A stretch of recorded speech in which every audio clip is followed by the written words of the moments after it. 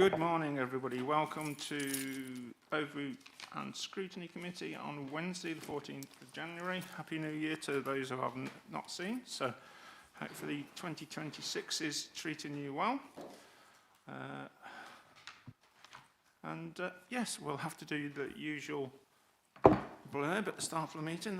All those who are chairs of committee or past chairs know we do this now. Fire evacuation. There are no planned fire alarms scheduled at this time, therefore, should the fire alarm go off, please make your way out of the building by the nearest fire exit to the car park beside the Windmill Public House. Beside the Windmill Public House, not in the Windmill Public House. Councillor Orcott. Microphones. Can you please ensure the microphone is directly in front of you, is switched on and logged in. Please not move the microphone from its set position when speaking. Ensure the microphone is directly in front of you and not to the side or up high.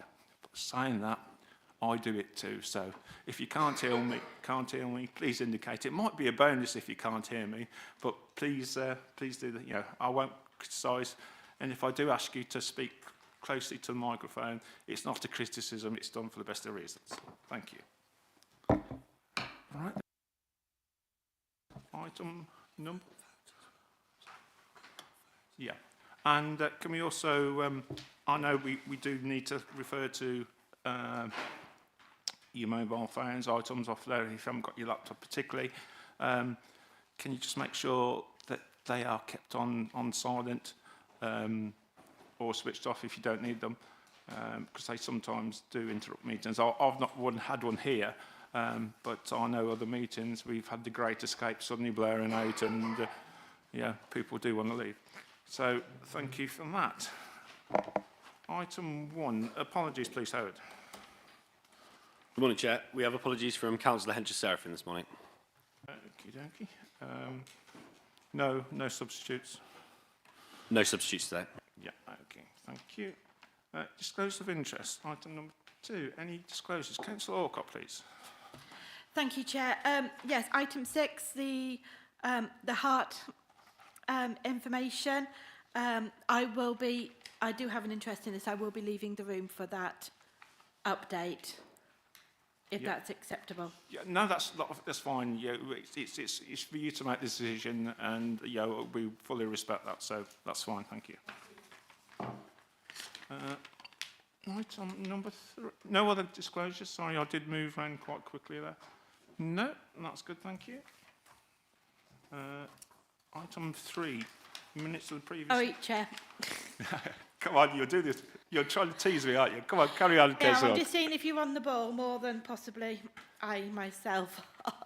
Yeah, I do have an interest in the housing allocation being an Orbit customer, but following advice I've received previously, I don't feel the need for me to leave the room. We'll be taking part in the debate.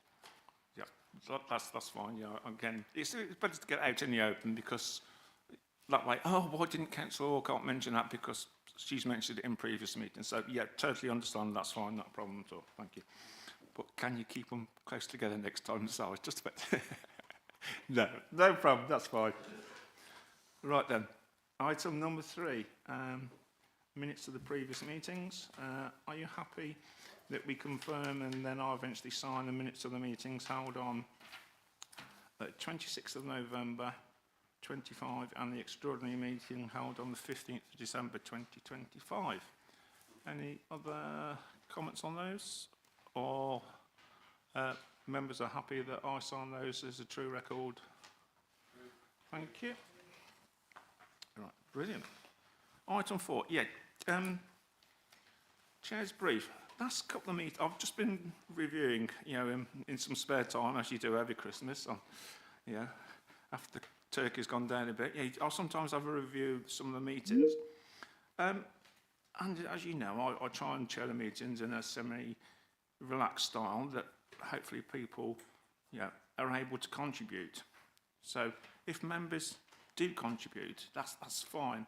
But please can we just not shout out,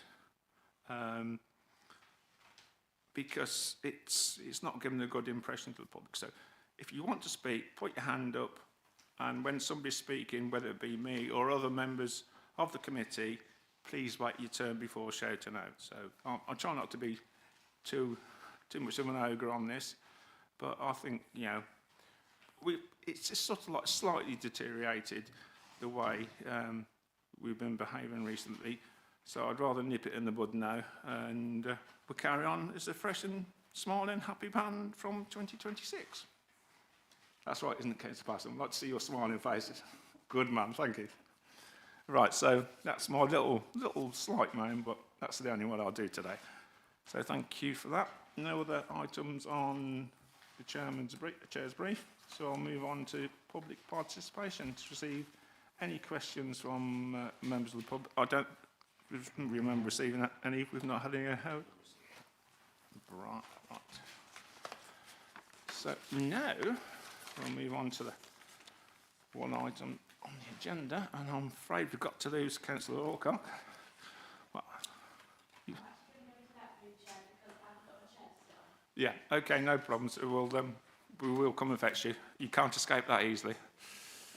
So, right, so we'll move on to Home Environment Assessment and Response Team, HART. We're going to be considering an update on disabled facilities grants from HART which is based at Non-Eaton and Bedworth Borough Council. Now, obviously we've got Hannah from our Head of Housing here today, and we've got, I'll get this right, Paulette Samuels. Yes, thank you, Paulette.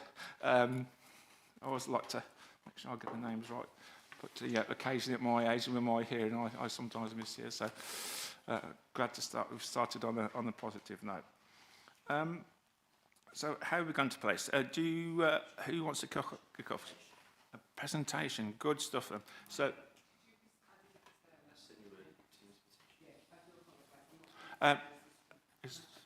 Microphone. Is Hannah? Could you?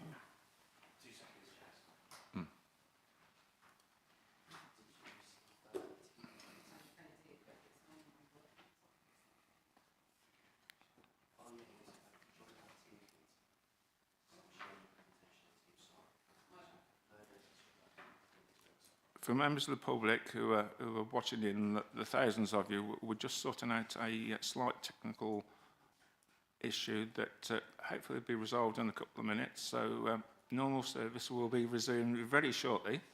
So if members of the public do want to wish themselves a drink so they don't miss anything, now's the time to do so.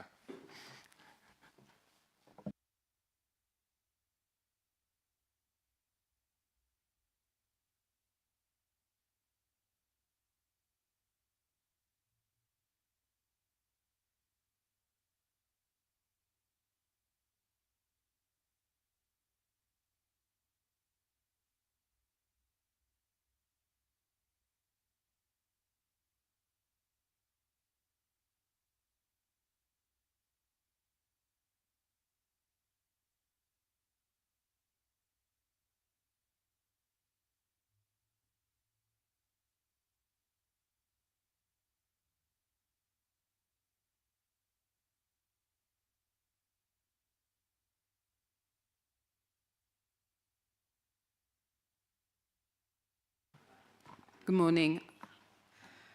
Right. Thank you for that. No worries. In the absence of you being able to see the slides, I'm just going to talk you through them, and they will be provided to you as copies after today. So I do apologise for that.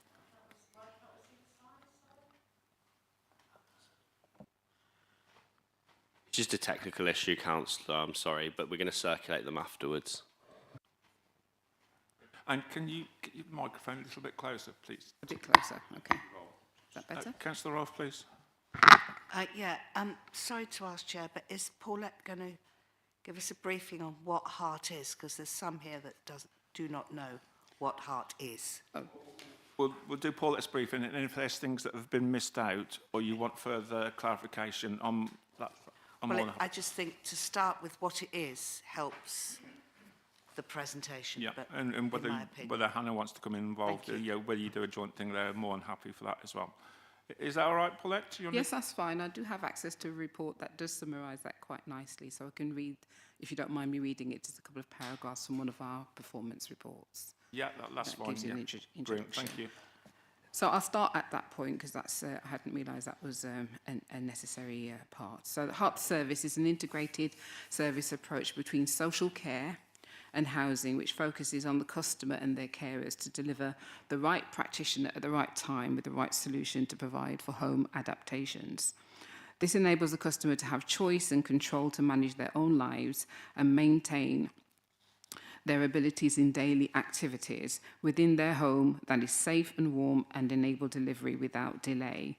So with Heart, the councils in Warwickshire have been working together to improve services to deliver home adaptations for there is a Heart shared partnership agreement between all 6 councils, which is overseen by the Heart Board that I am the head of service for. The central aim of the partnership is to bring together housing and occupational therapy in an integrated team which delivers home improvement agency services and housing adaptations for disabled and older people in Warwickshire.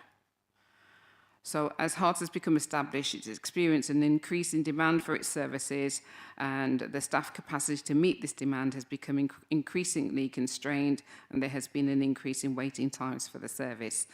To address this, the Heart Board has agreed on intervention, which has enabled the service to recruit more staff into the team with the objective of providing assessments and the delivery of adaptations and other services more quickly. I think that's a fair summary, if anybody wants to ask any questions at that point. Are you happy with that, Councillor Rolfe?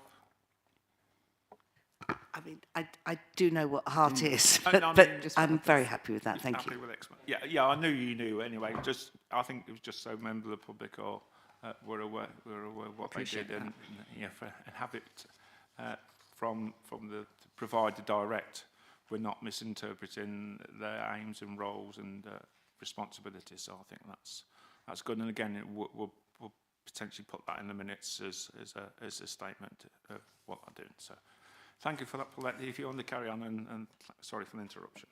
No problem. So all I wanted to do really was to give sort of an update on where we are, a little bit of an introduction as I've just done, and where Heart hopes to go in the future.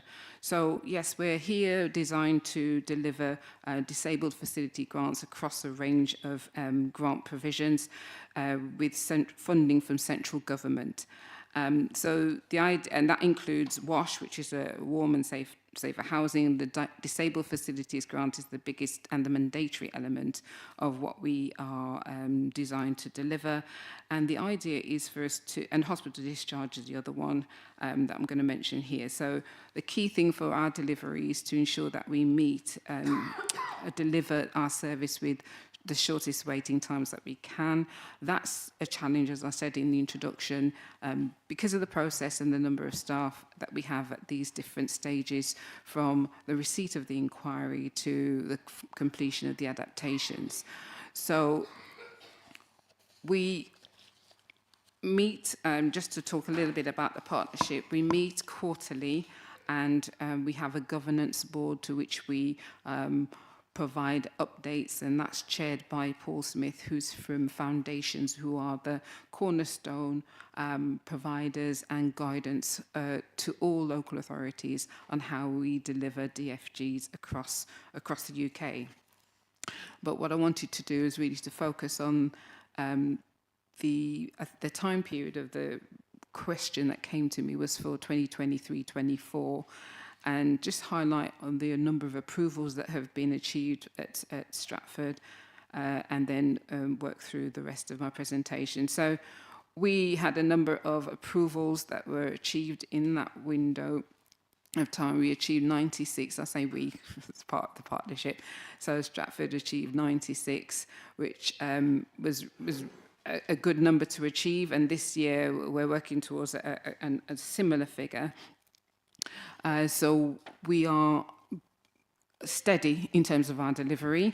And then in terms of the change in the amount, we've increased by 10% from 2023 to 2024 in terms of the numbers of DFG approvals. So there's a process there that shows that... Oh, sorry. Councillor Rolfe? Yeah, Paulette, you're referring to 2023 to 2024. Yes. Is there anything for 24, 25? There is because this seems quite old. It is, and pardon me for going back to that date, but the information provided for me referred to that timeline, and that's why I went back to that in terms of the scorecard, which I think is included in the bulk of information that you've got in front of us. If I may have a feedback, would it have been good to have a comparison with the most recent year? Yes, that's included in the presentation. So, but okay. I'd start with the date line I was given, but make comparisons to 2024, 2025. Thank you. So that is, sorry, it's hard for you to gauge that without seeing the presentation before you. So on that point, looking at approvals and the value of approvals, up to Q3, just make sure I'm making the right assessment here. All right, yes, so we're steadily working towards just over £1 million of allocation in terms of the value of the work that's been done. So that is slightly down on the previous year. So the monetary value, although I will say this, the monetary value is an indicator, but it doesn't 100% represent the amount of adaptations that have been done, because obviously they can vary in the value, and they can vary from, level access showers to handrails to full-on extensions for people who have mobility issues. So it's nothing more than an indicator. So I wouldn't take that one too deeply in that sense. And the number of DFG completions. So I've gone through numbers of approvals, the value of the approvals, and the number of completions came in at 81 compared to 110. So that was an increase of 36% in that timeline. So the number of DFGs completed in the current year shows a 35% increase from 2023 to 2024-5. So that's the timeline that you said you could make that comparator with. Okay. The average costs of the DFGs in the current year coming in at, sorry, they've got the wrong heading here. It's actually timelines. So the average completion times were around a year, so around 365 days. So we had a range from 343 to 357. So that varied depending on the type of adaptation. So say, for example, 343 was for ramps, that type of adaptation, and 357 was for level access showers. And that would be a timeline taken from the time at which the application was submitted or the inquiry was submitted and processed to the time the work was completed. And that would include a number of stages, including assessment by the OTs, which is pivotal to all of what we do, and also the need for the surveyors to go out and the correct regulatory permits to be in place in terms of building control or any sort of drainage work that needs to be done. So it can be quite a protracted period of time. However, the work is getting done. It's just taking, I think, that length of time for practical reasons. And it's been a similar number over the years, to be fair. That hasn't really changed over the two time periods. Okay. So what I will say that when we compare the average cost of DFGs across the local authorities within Warwickshire, Stratford was coming in at around 8,970. It was the lower end, and then Rugby was coming in at average costs of 12,985. So that's just to show the range of average costs of the works being done in those two authorities. One of the key measurements is end-to-end dates.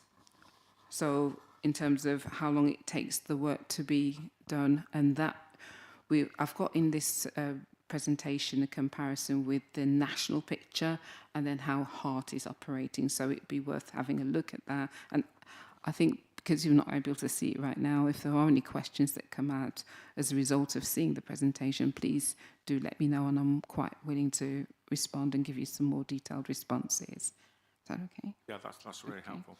So the last thing I wanted to make mention of really was home safety grants, and where we are with that towards the end of this time period that we've been looking at. And for Stratford made an improvement from 2023 of 59 completions to 115 in 24-25. So I would say that once you have a look at the report, you'll see there's an upward trend in terms of the number of grants that we're processing and getting through the system. What we don't have any control of, obviously, is the number of inquiries that we receive. So that tends to be whatever the demand is, and then we try and work with that, with the officers and the staff that we have within the department. That's my update. Brilliant. Right then, shall I just kick off with a nice, Yes, easy one to start off with, quickly and gently, especially because it's cold. One of your last comments was that there's been an increase or upturn in terms of the number of grants being given out. Is that specifically just for Stratford District, or is that for the whole of Warwickshire? Are we a special case in Stratford and we're getting more bang for our buck, or is that part of the whole organisation as well? Organisationally, but across the board, we are seeing that trend upwards in terms of the numbers. I think it's fair to say that the authorities within Warwickshire that come under HART are all working towards those same similar kind of figures and that direction of travel. The only thing that makes Stratford unique is its configuration of housing.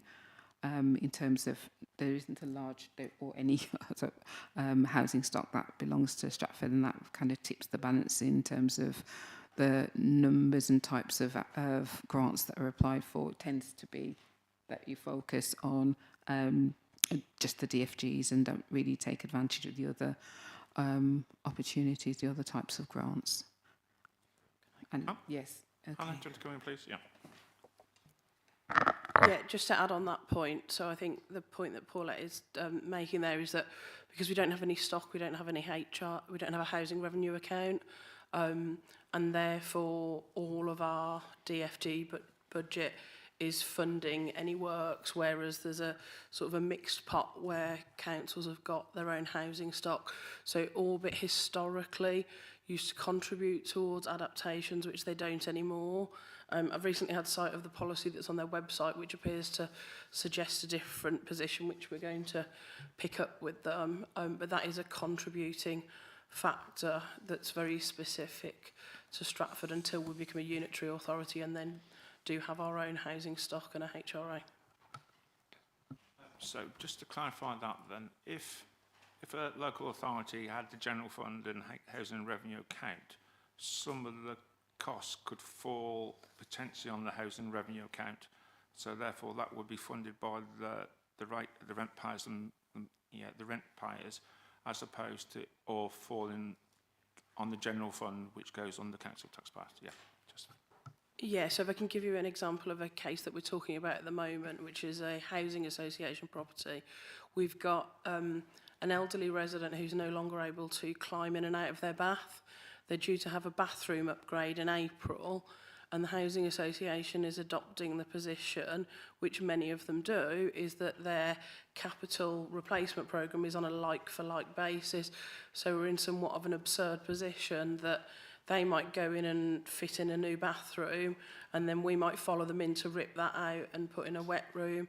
And I think there's also a little bit of a distinction of somebody that can't climb in and out of a bath doesn't automatically need a wet room.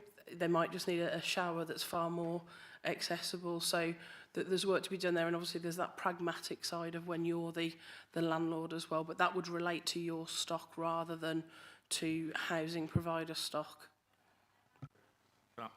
Councillor Wally Hoggins, do you want to come in, please? Yes, hello, thank you.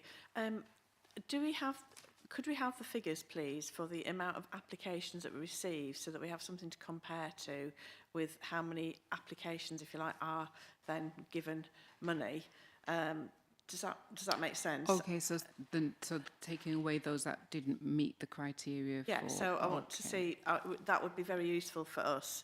And also, really on the back of what Hannah's just said, and from something that you brought up earlier, Paulette, is that I'm sure that you've just said that it can take up to 357 days for adaptations to be made with regard to showers, that kind of stuff. I actually think that's a really, for the person who needs that adaptation, that is just completely unacceptable. And I'd also like to know what you're going to do to improve the turnaround on those matters.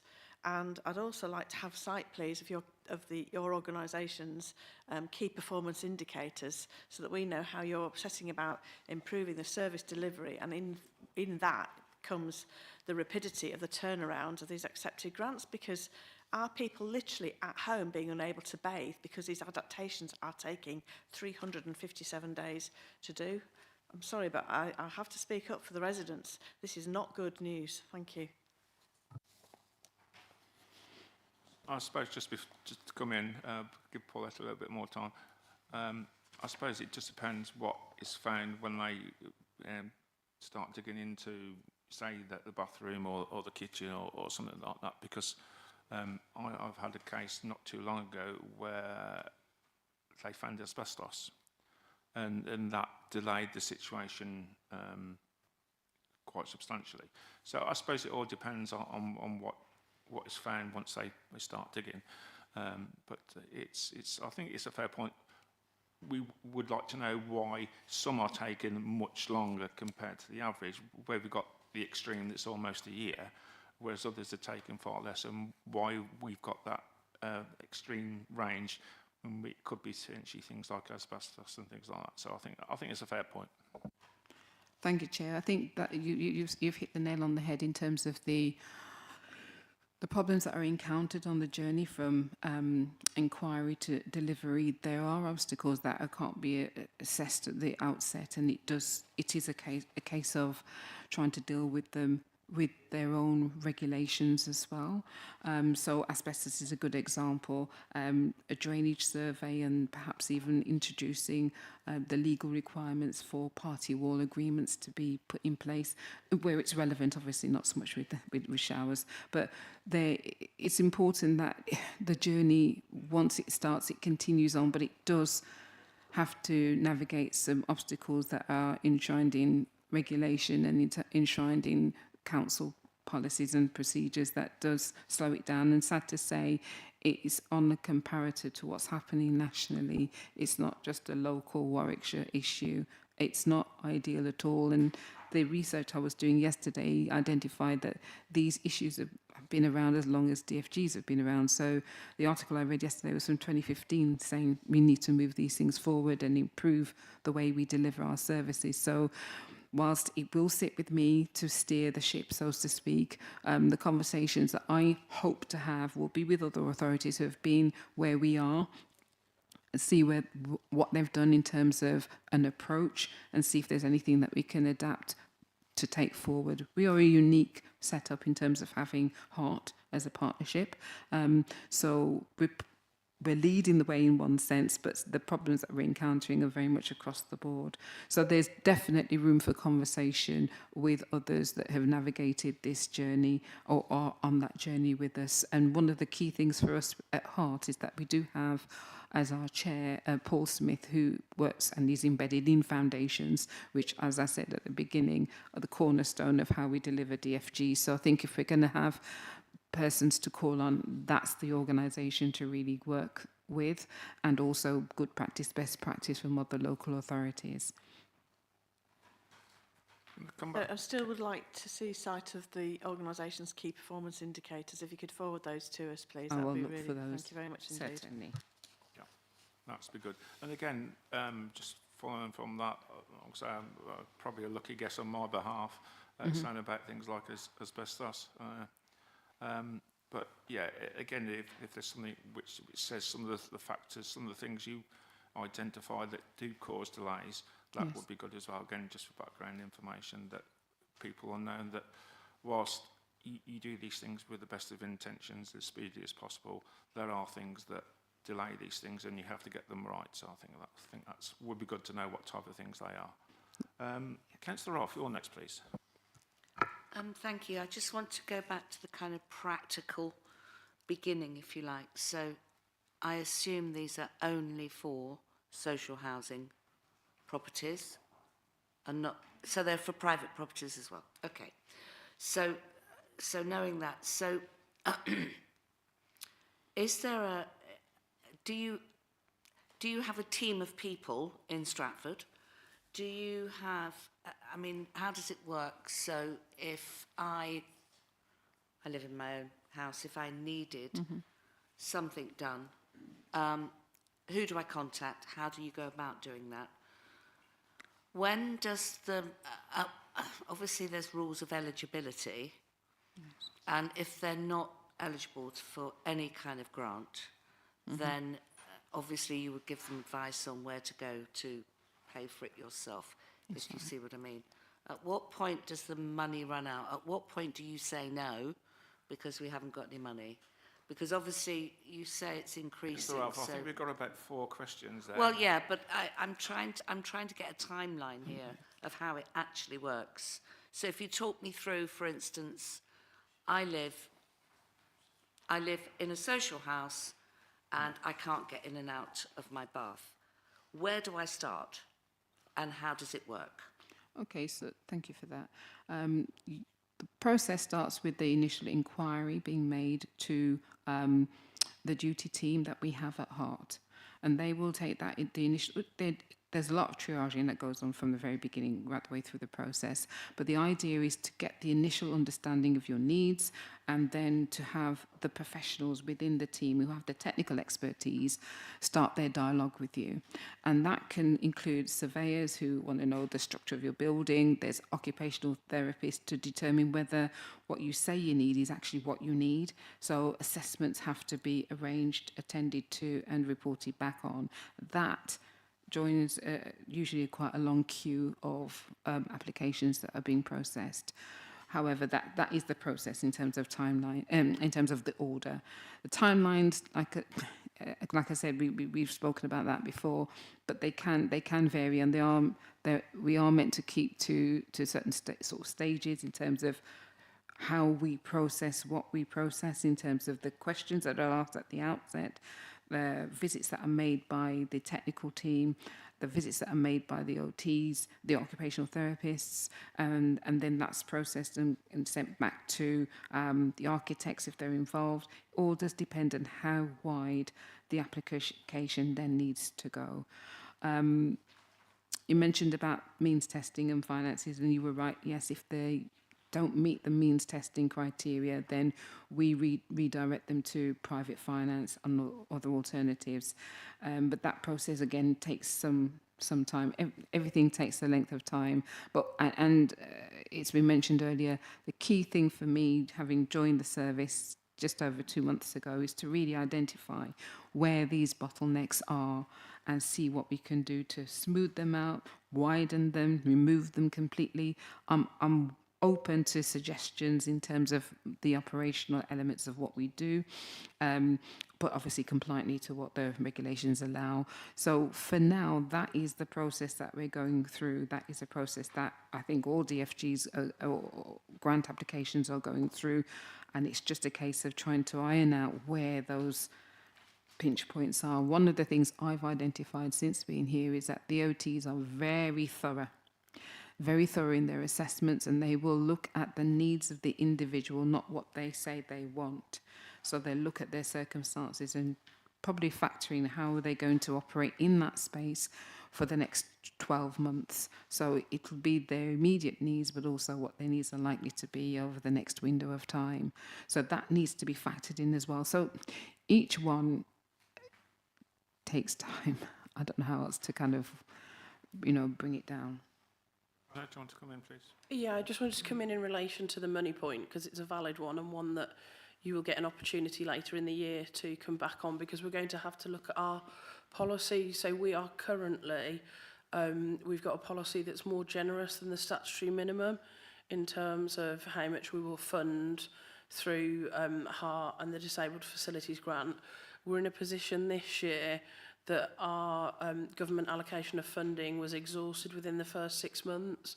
And that's not, so I can just give you a couple of comparative figures, because we've been trying to really dive into this to understand it, so that then that'll shape whatever policy proposals we put forward.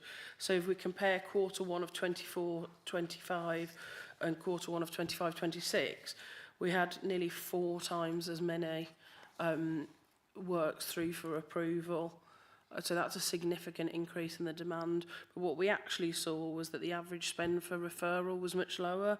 So instead of just over 13,000, it was 9.5. So it's not, the money hasn't been exhausted because we're spending more, or in terms of, obviously we all know about inflation and construction costs. And it's a similar thing in Q2.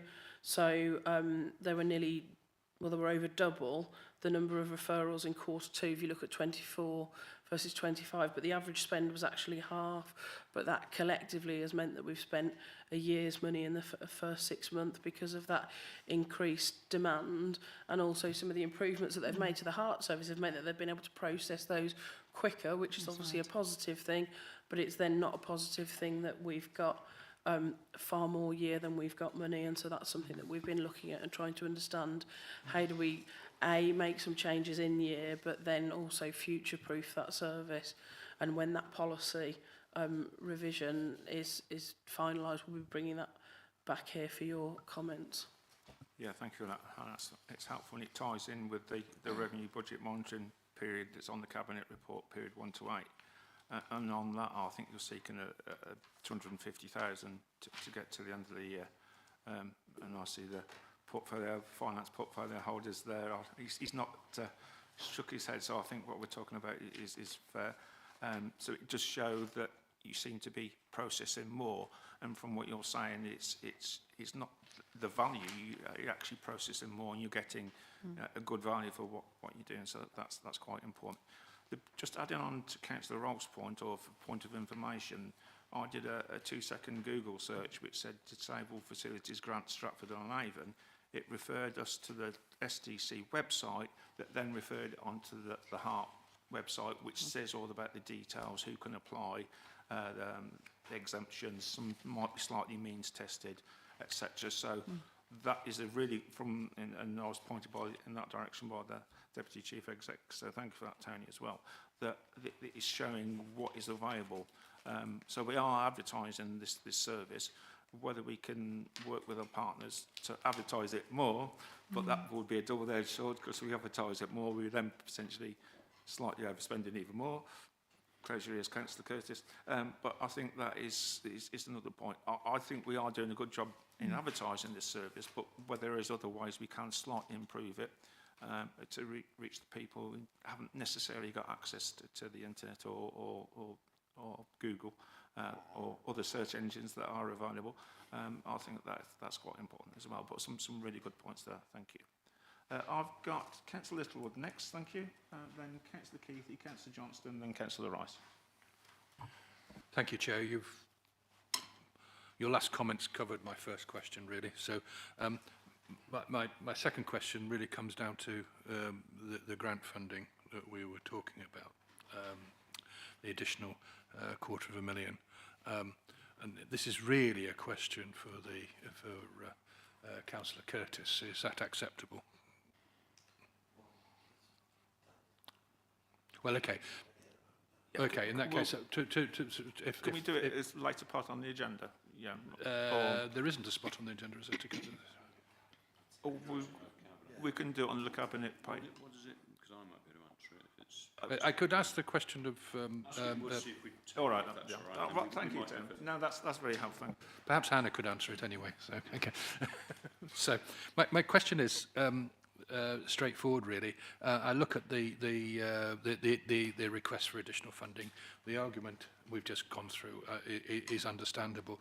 My query is fairly simple, really. Is because the run rate would suggest 125,000 per month. That's shortfall to meet the needs. Yet we're going in for $250,000. That $250,000 in this financial year.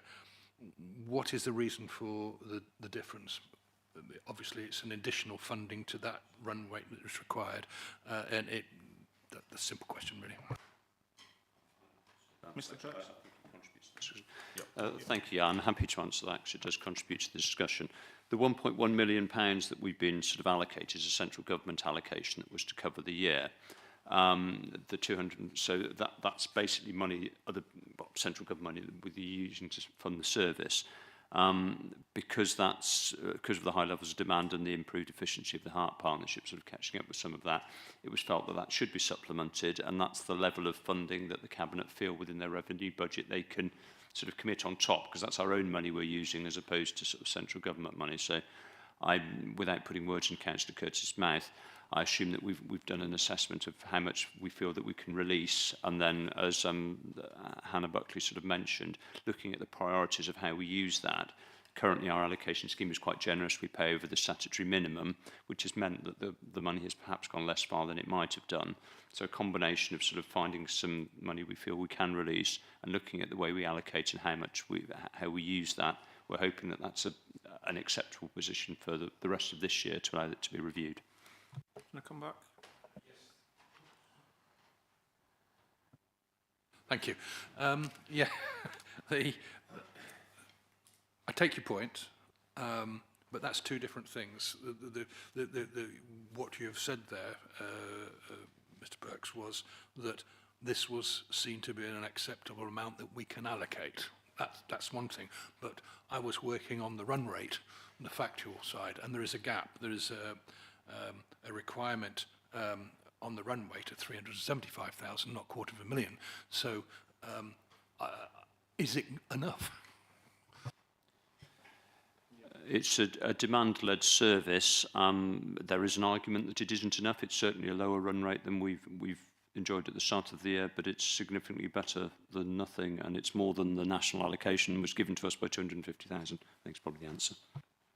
Hannah, do you want to come back? Yeah, I just also, one of the reasons when we reached that figure was about what we can pragmatically deliver by the end of the financial year, which is the other point that we do need to feature into this, because we're allocating for this financial year, which of course runs out at the end of March. So that's the other factor that we need to consider within that. So yeah, that figures you're saying includes commitments, and some of those commitments might not come to fruition before the end of the financial year. So we've approved so many works, Yeah. and then they're going to go through, and then there is the potential to do more work, but what we can't do is spend more money than we've got time left to do the approvals and relevant work. So that the timing is a really key consideration within this as well. Yeah, no, that's fine. Yeah. Right then, Councillor Keithy, do you want to come in, please? Thanks, Chair. Yeah, thank you very much as well, Paulette, for that explanation. So it's not an area that I'm really familiar with. The stats are quite difficult to assess, aren't they? Because almost every case seems to be almost an individual one. Mm-hmm. But I'm really interested to know, you mentioned that there's a lot of triaging going on, so you're trying to prioritise work, you're dealing with lots of other people, services, occupational therapists, architects and stuff like that. What happens, how do you monitor the progress so that you can flag up the people that are clearly waiting a long time for the improvements that they require? Because I think that's the bit that we're most interested, or I am for my residents. If they, I'm speaking with some experience of a family member as well, so it's taking an awful long time and their day-to-day life is affected, especially if they've had an incident and been to hospital. How do you flag that up? So how do you monitor where you've got a situation where things are really taking a long time?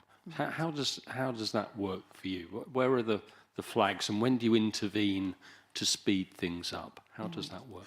Okay, in terms of process,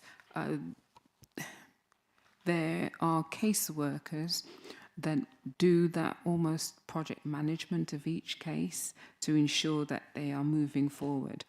There aren't enough of them at the moment. I think we're about to recruit, so we're in a bit of a phase of change at the moment. But what that is doing is adding to the workload of the occupational therapists. So they're doing a lot of case management, which is slowing what they do down. Their specialism is obviously going out and doing the assessments, but they are being slowed down to a certain extent with having to case manage. So how we assist that is the hierarchy within the organisation, that the occupational therapists report to their OT team manager, and through their sort of case supervisions, they identify where they are with cases and help to prioritise their priorities, so to speak, and ensure that we are dealing with cases that are lagging. The timelines on those, I'm not 100% on, if I'm 100% honest to you, but that the process, that's how it is, that through their line management, it's picked up on if any cases are being held up. Understanding what the hold-up is key as well, and then trying to work through what the solution can be to move it forward. Sometimes there's one case I'm dealing with at the moment from a sort of complaints point of view, where the work was completed in October of 2024, and they've just come back to the service to say they're not happy with the quality of the work. So it slows us down again to go back over that information. So all I'm trying to show you here is that there is a process in terms of how the officers are managed to help them understand and move through their cases as swiftly as they possibly can. But it's a volume thing as well. So even if we do identify there is an issue and it is something that we can deal with, it then takes time to deal with it, if that makes sense. Yeah. Follow, Councillor Keith? Yeah, thank you for that. Yeah. I suppose the concern is that cases that are particularly complex and taking a long time lead to a quality of life issue for those that are suffering without these particular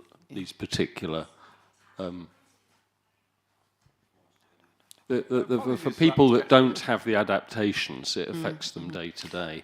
So it's really how you monitor that and how you manage the expectations of those people as well. You know, whether or not it's not another question. It's just feeding back really to make sure that people have got some milestones and some target dates, and then when those target dates are not met, then those issues are escalated quickly beyond the case officer to someone else that can then oversee that case to see whether or not additional resources need to be deployed to resolve it quicker. Because, you know, as councillors, we don't want to hear about residents waiting a year, for example, having made an application, waiting for a year to get some adaptation. That's 12 months of difficult living for those people. Yeah, I appreciate that.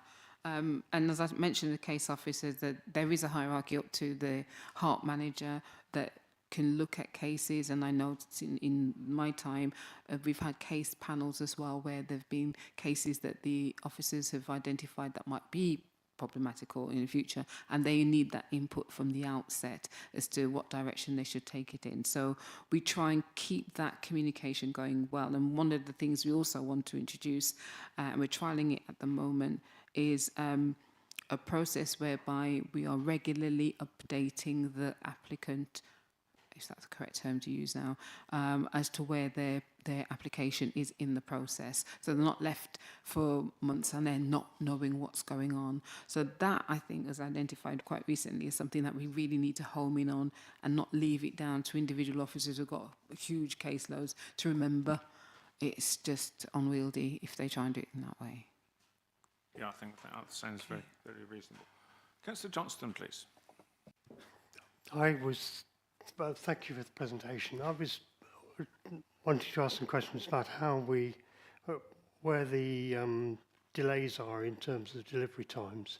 You've talked about the availability of OTs. Is there an issue about the availability of finance that you can't? How can we, unblock the various barriers there are to getting things done? And in particular, can Stratford District Council do something about that, maybe as a one-off? I have to say, 35 years ago, I had some responsibility for this service in Stratford. And one of the things that we were very conscious of in any year, that we were some of the road accidents had yet to happen for people needing the support and improvement in their homes in order to enable them to a degree to be discharged from hospital. And I'm just wondering if there are other blockages elsewhere generated by the difficulty in implementing this, not only allocating the grant, but also getting the work done. Okay, thank you for that. You mentioned, you repeated back to me about the OTs, that's just one bottleneck that I've been made aware of. And it's about freeing up the ones that we do have so that their expertise is focused in where their specialism is. And we're looking at how we can maybe introduce more case workers so that is taken from the OTs, and hopefully that will help them to go forward and do more of the assessments. We're looking at the IT support to enable that to happen more smoothly in the workplace, but when they're doing the home visits. How do they then process the paperwork or the e-records more swiftly and more efficiently? So I think there's likely to be a compounding effect. The more of these bottlenecks we identify and remove, that will enable the flow to go much more smoothly going forward. For Stratford, I know the challenges are with finance. Other authorities, that's not the issue. It is about the resourcing of it and being able to stay on top of the volume of cases that we're dealing with. And I think it was Hannah that mentioned about the offer that we have is quite wide. We don't just, I know authorities have been spoken to about only do DFGs, they don't do anything else, they don't do wash, they don't do hospital discharge, nothing like that. So I wouldn't want to suggest we just streamline it back. I just think we need to look at the range that we do offer and see how we can do that better.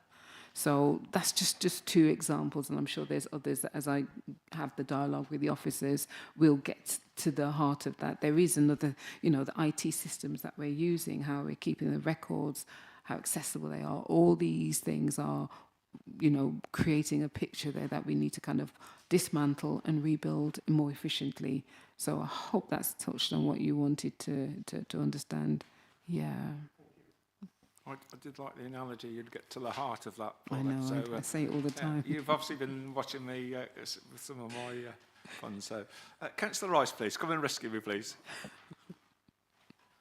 Thank you, Chair. Yes, my question is actually... my question was suggested to me by your comment about the fact that access to the system is quite good from the Stratford website. And so I was wondering, you were saying that there is an increase in year on year in applications. And I'm just wondering why that should be. Secondly, within the DFGs themselves, is there a trend in the type of DFG in terms of what the money is being used for? Okay.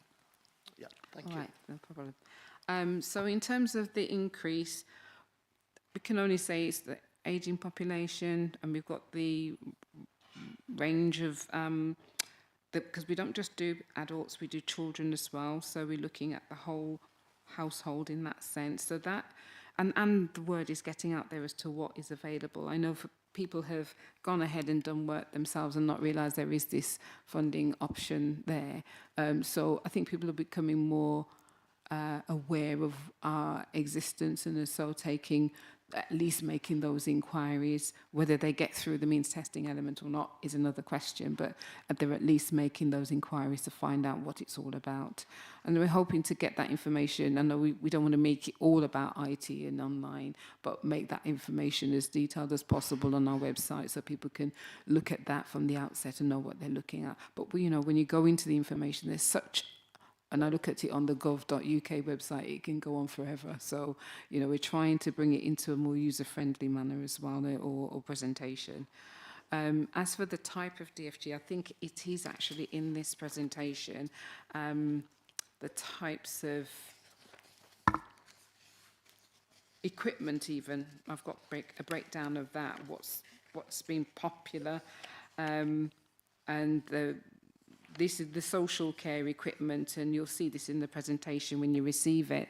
So the range has gone, it includes, and I'll just read them off as they are, bath boards, bath lifts, bath steps, bed grab rails, or grab rail handles, chair raisers, commodes, half steps, leg lifters, mattress elevators, minor works, which covers a wide range of things not listed here, perching stools, shower seats or stools, telecare, temporary ramps, toilet frames and raised seats. So there is quite a range of social equipment, social care equipment just covered in that list, and that's not even started to speak to extensions for additional space for, say, example, wheelchair users who need to navigate their room spaces more easily, I suppose the word.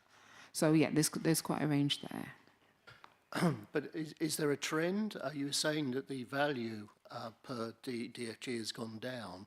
So is there a trend in terms of the equipment or the modifications or the building work or whatever?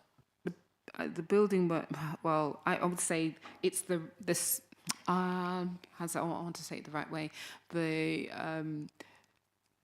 managing to provide some of the smaller adaptations or support mechanisms to people across the board. So say, for example, if they need grab rails, we can do a lot of those, but they almost take the same amount of time to process.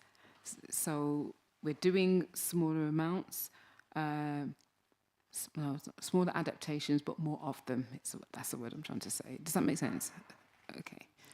Well, I understand what you understand what that's right. Yeah. Thank you. But sometimes the smaller adaptations potentially take as long. Just as long. As a bigger application. Can be. Yeah.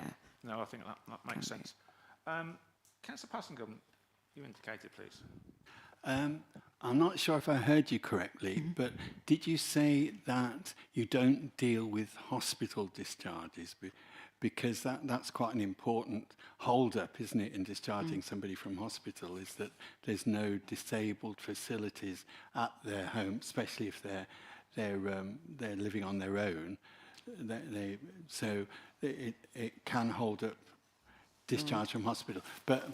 So the question is, do you deal with hospital improving homes to facilitate people to come home from hospital? Yes, certainly. That's sort of our key deliverables. Oh, you do? We do. Sorry if I said that incorrectly before. Well, but it is something that we're very keen on supporting because, again, it's about getting people out and processing and giving you space in the hospitals, etc. And is that a major part of what you do? Is that they provoked mainly by people coming out of hospital Indeed, after broken hips and so on?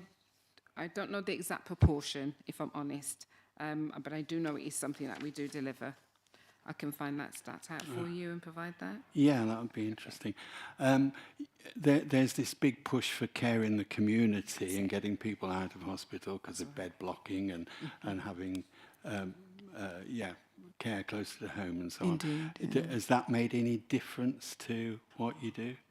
Well, it's a main driver of what we do, and it's all about, our ethos is about allowing people to live for longer independently in their own home spaces. So anything that we can do that's allowed regulatory-wise, funding-wise, we will try and push that forward and make the mechanisms work as smoothly as possible. So if you imagine trying to engage with hospitals here, and we've got doctors on one side, we've got individual families on the other, everybody wanting to process their applications on behalf of their loved ones or their patients.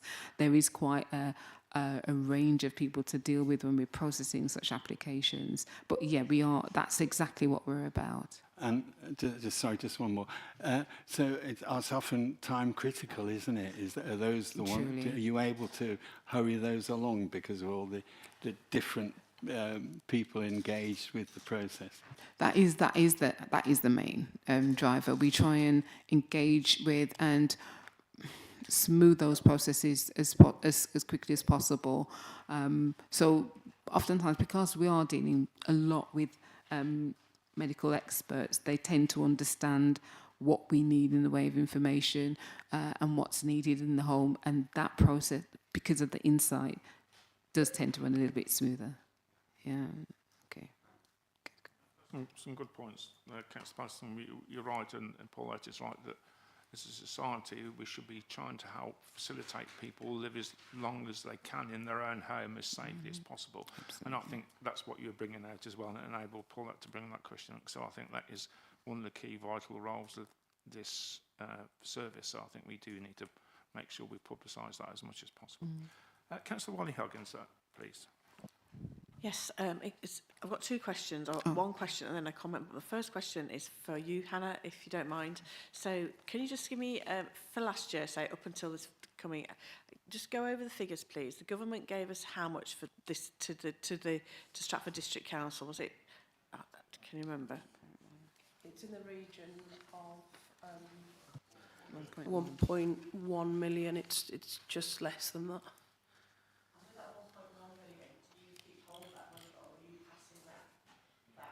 No, it gets paid to us and we pay that across to Heart. And we also employ somebody that we're seconding to that service. Yeah. So we've got about 3 microphones on at the moment. We couldn't hear you. You were flashing green, Councillor Wally-Huggins. Paulette, I said, Hannah, could you just turn off while Councillor Wally-Huggins answers? Yeah. Ask the question, not answers her own question. Sorry about that, Councillor Wally-Huggins. It's all right. No, I was aware of the flashing that was going on, but I was just ignoring it as we're trying to do. Can you just... So, the 1.1 million then, and we're giving out more money than the government specifies that we should. As a council then, are we topping that funding up with, if you like, the revenue from other areas, from council tax, for example? So that's the proposal that's contained within the budget monitoring paper that we'll pick up later as part of the discussion around the cabinet papers. But yes, that's what we're proposing, is that because we have exhausted the allocation that we received from government, that we provide some interim funding to enable us to continue delivering against that service for what's remaining of the 25-26 year. Thank you. And just to reiterate, I suppose, is that when you have an increasing population, you're going to have an increasing demand on this type of service. I would say it's not rocket science, is it, really? Paulette, just a comment, really, that I know that I've seen people directed many times when they have elderly residents coming to stay, needing toilet frames and so forth, is that they're directed to go to the local tips, because often equipment ends up there because house clearances. So it would be worth, I think, particularly like Zimmer frames, toilet frames, other items are ending up over, they don't end up being thrown in the skips, but they end up at the shops that are there that you can then, often people are directed to go and check out there. And I think that recycling things could be something that could speed up matters a lot more quickly. Toilet frames, you can more or less, if you've got somebody reasonably competent, can adapt that for the toilet itself. You can do all of that. I know that from first-hand experience, but it is. I do think that the recycling and getting things back when they're no longer needed, and making sure that they don't end up in like a tip, would be actually something that the department could work on a lot. And recycling stuff should be a matter of priority, I think, because we're not continually using funding for that. You know, just a good wash, and I say that I think you'd be startled by how much equipment is found. Thank you. Yeah, that's definitely a creative option. I'll see what we can do. Yeah, I think so. Yeah, it does make sense. Yeah, I think we'll bring it to a close. I've been doing an hour. I think, this has been really helpful. I think the main thing is we acknowledge there has been certainly an improved performance in terms of the way it's happening, that the service is being operated in the Stratford district. So that's good, and obviously perhaps being too successful, not that I would use that quote, but other people might do, by overspending the budget, not because you've been spending the budget excessively, you've been actually getting value for money because yeah, thank you. Do as I say, not as I do. And I think you have been successful getting extra money spent in a most efficient way, and our comparison of 9,000 per client compared to rugby of 12,000 shows that you're 3/4 of that. So it does help. I do think that the policy of making people being able to live in their own home as long as possible and as safely as possible is good. I think, again, the home safety grants, I think we do need to advertise that as well, because obviously if we get that right, then it takes pressure off other partners, particularly the health service, and then there's Councillor Passingham's point about liaising, about bed blocking and people coming home safely. So I think lots of great points. The only thing I think that we'll like some reassurance, perhaps at a later date or in writing, is how we tackle the outliers, the 357 days, what resources, how it's been escalated, what additional resources being done to this. I know you said there was a panel that you've created as well, but I think that is really important. So these outliers, mainly due to genuine reasons such as things like asbestos or listed building issues and things like that has just come to me. I think, again, if we could have some explanation at a later date, I'll get Mr. Allison to send what we've sort of asked for, just to make sure we get that. So, and thank you very much. Thank you for dealing with all the technical issues. Can I just make one last comment? You may, yes, definitely. It's just some good news. It only came to light 2 days ago that central government has increased the amount of grant allocation funding that they're giving this year by 50 million. So hopefully that's in the next financial year, that we should hopefully have a larger pot, a larger portion from a bigger pot. So hopefully that will help us I as thought well. you said I've increased our grant by 50 million, but that was wishful thinking. But thank you very much on behalf of the committee, and have a safe journey back. Thank you. And keep up the good work. And the improvements certainly have been noted. So thank you very much. Yes, thank you. I'm proposing, if members, a 10-minute break before stretch our legs. Thank you very much. And back at 20 past, please.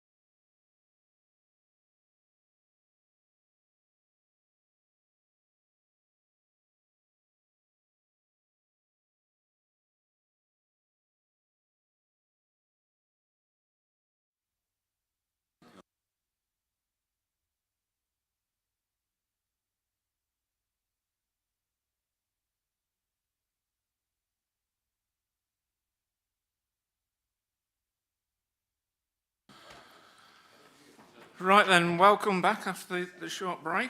Very good session on heart, and I think it was certainly good to note the improved performance on that facility, so that is really helpful. But again, I think we do keep an eye on this and making sure we are helping as many of our residents who need it in Stratford district as we can.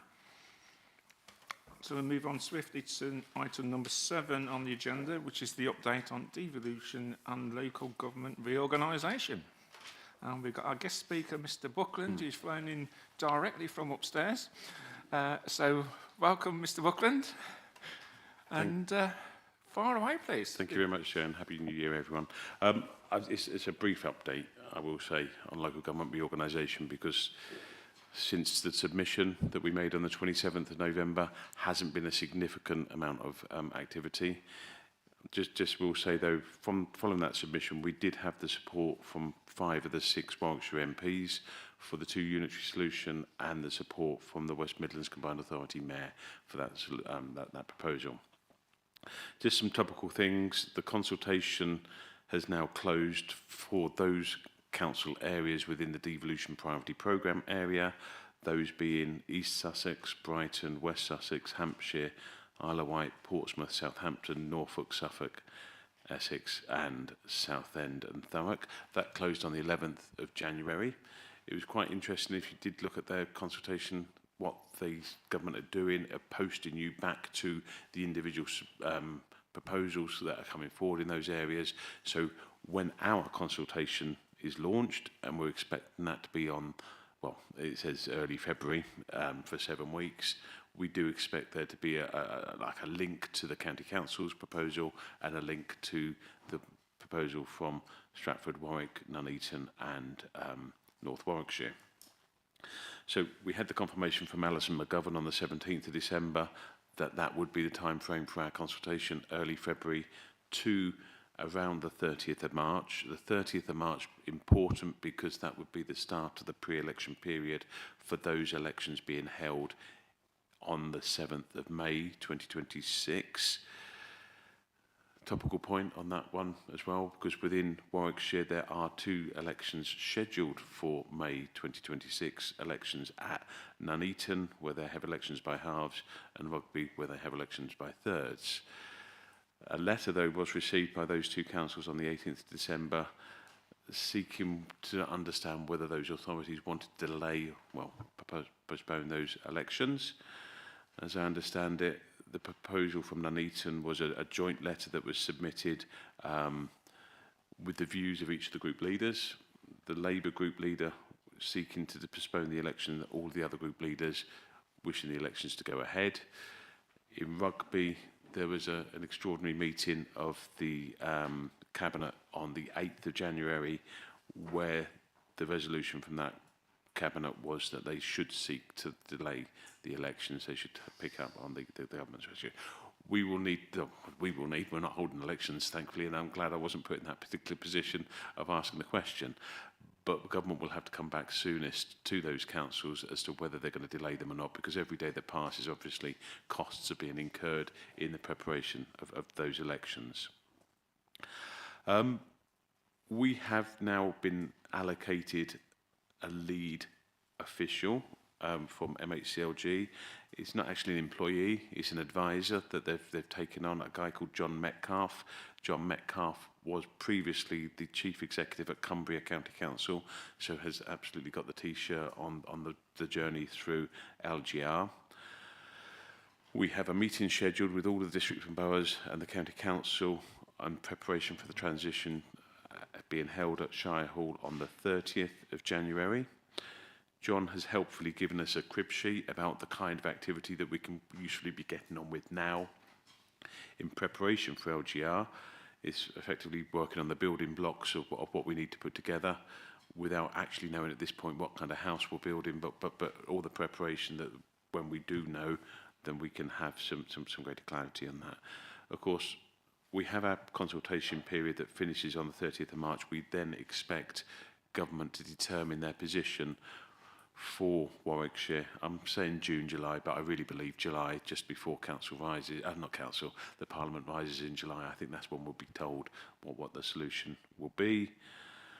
We're likely to establish work streams around finance, service transition, stroke transformation, governance, contracts, HR, ICT. These seem to be the 6 key areas that are used on LGR. We do need to provide some dedicated project support to this. It's a massive undertaking for a council and the 6 councils together. I know you're talking about the budget review group meets this afternoon to discuss the budget proposals. There is one of the proposals within that budget is £1 million to help with internal capacity of the organisation to prepare for LGR. But Chair, I'm happy if there's any questions. And I've got that as a note that I can circulate as well. Yep. Councillor Wally-Hoggins, please. Sorry, did you say that we will know by July this year what the decision is? Is that what you just said? That's the expectation, that we've been told that by July we should understand whether it's a single or 2 unitary Warwickshire. We should also have the absolute clarity about the implementation timetable. Now, government are still absolutely committed to the 1st of April 2028 for the 20 other local authority areas other than Surrey that are going in 2027. I would hope, if there is any slippage, that we would understand that at that point as well. But this July is when we're expected to know what the solution is. Councillor Johnston, please, then Councillor Rice. Has the government issued any direct guidance instruction about our current the financial year we're going into? I've heard comments made from not terribly authoritative sources that we are required to spend our reserves before we go out of business, and that there's some constraint on capital expenditure which will come into play in the coming financial year. Thank you. So it's normal for when the shadow authority is elected that there would be something called a Section 24 direction issued by government, which would constrain what expenditure we could undertake as a local authority without having the shadow authority effectively sign that off. And it is generally, and I think these are enshrined with law in any case, capital expenditure of more than £1 million or revenue expenditure of more than £100,000 would have to be firstly approved by SDC, because we will still exist, but then, I don't know, countersigned, if you like, authorised again by either a single unitary Warwickshire or a South Warwickshire Unitary Authority. That would follow the May 2027 scheduled election. So if we were going to go live on the 1st of April 2028, that strict Section 24 direction comes in that May 2027. Government would request earlier than that you voluntarily act within some scheme that would be overseen by either the implementation executive in the form, if that was a continuing authority, and the implementation executive having a majority of county councillors, and in that scenario would have a single unitary Warwickshire, a continuing authority, an implementation executive would be formed. They would ask that we voluntarily check with them first. In the event that it's 2 unitaries, we're expecting 2 joint committees to be formed, and again, voluntarily go through those. But there's nothing to require us to do that. It would only be the Section 24 direction that we're expecting in May 2027. So could I just follow that up? It shouldn't apply to the 26-27 financial year. That's right. It may apply to the subsequent financial year. Yeah. If we still exist, yeah. Yeah. Councillor Keithy, do you want to come in? Just Do you mind? No, that's fine. Yes. Thank you. Thanks, Chair. It's just a bit of help for me, clarification. If the government decide that there's a single unitary, 1 Warwickshire, and it's on a continuing basis, what format would shadow elections take in that particular case, or would there not be any? No, there would be elections. We don't know as yet. So part of the engagement that we would expect between effectively the close of the consultation and then the government decision in June, July would be, should elections go ahead in May 2027, what kind of footprint, what kind of electoral model would they look at? The proposal that we submitted did talk about either using district council ward boundaries, or what seems to have happened in a lot of county council areas is that they double up on the electoral divisions. So for Stratford, we have 13 electoral divisions. The expectation could be that you have 2 members elected to each of those electoral divisions. So across the whole of Warwickshire, there's 57 electoral divisions. You have 114 councillors elected in the first election, if it's on that continuing authority basis. Right, okay, sorry. So you just said that all those seats would be elected. So on a continuing basis, the existing county councillors don't carry on. They'd have to stand again, would they? Okay, so I'm sorry if I've confused. The existing county councillors will carry on until the 1st of April 2028, but you would also then have another body, the Shadow Council, which would have... Oh, okay. And you could be on both. This is not Yeah, mutually okay, exclusive. thanks. Thanks, David. Councillor Rice, did you indicate? I let Councillor Keithy come in quickly because I could see he'd got some pressing things, so I knew you wouldn't mind. So, but thank you for bearing with us. David, you said, as far as you're aware, the programme has not slipped at all, but I believe that it has in Surrey, from what I've read on the BBC website, I think, that they were complaining about a delay that they weren't expecting. But that from your expression, I can tell that this is news to you. Yeah, thank you. Yeah, it could be my ignorance, of course, but I haven't heard that, Councillor Rice. Surrey is the one council that is scheduled to be subject to unitarisation in 1st of April 2027. The county council didn't support a single unitary Surrey. The proposal that has been agreed is a 2 unitary solution. I can't remember the geography of that, but yeah, as far as I'm aware, joint committees have already been formed in those areas. Of course, following an area like Surrey, we've already had the terms of reference, etc., for the terms of that joint committee sent through, so we could potentially use something akin to that. There was some, obviously the debt issues in Surrey are quite unique, and government have allowed £500 million worth of additional support for the implementation of unitary government in Surrey to help with that debt position, but they have said that that's a one-off, that won't be repeated elsewhere. Thank you for that. I've got a quick question. I know you touched on it briefly in your presentation, David, so thank you for that. The in para 1.3.12 of the Cabinet Papers, the local government organisation internal capacity of £1 million is setting aside, which, again, just from a scrutiny point of view, financial point of view, what we're likely to be covering, how... Obviously, £1 million is a figure that you've sort of like plucked out of the air, but what's behind that figure? Is that £1 million giving you some leeway as well, so you can do sort of things? It's a big amount, obviously, 7 figures, but yeah, just some what's behind it, and will it be enough? I logged off then. Will it be enough? I really hope so, Councillor, but it is to things like accountants, lawyers, HR staff, and what we will probably do is deploy some of the council's existing staff to the project, which is LGR, and then backfill with staff coming in from outside the organisation. A big slug of that, though, we do expect to have to spend on project management support.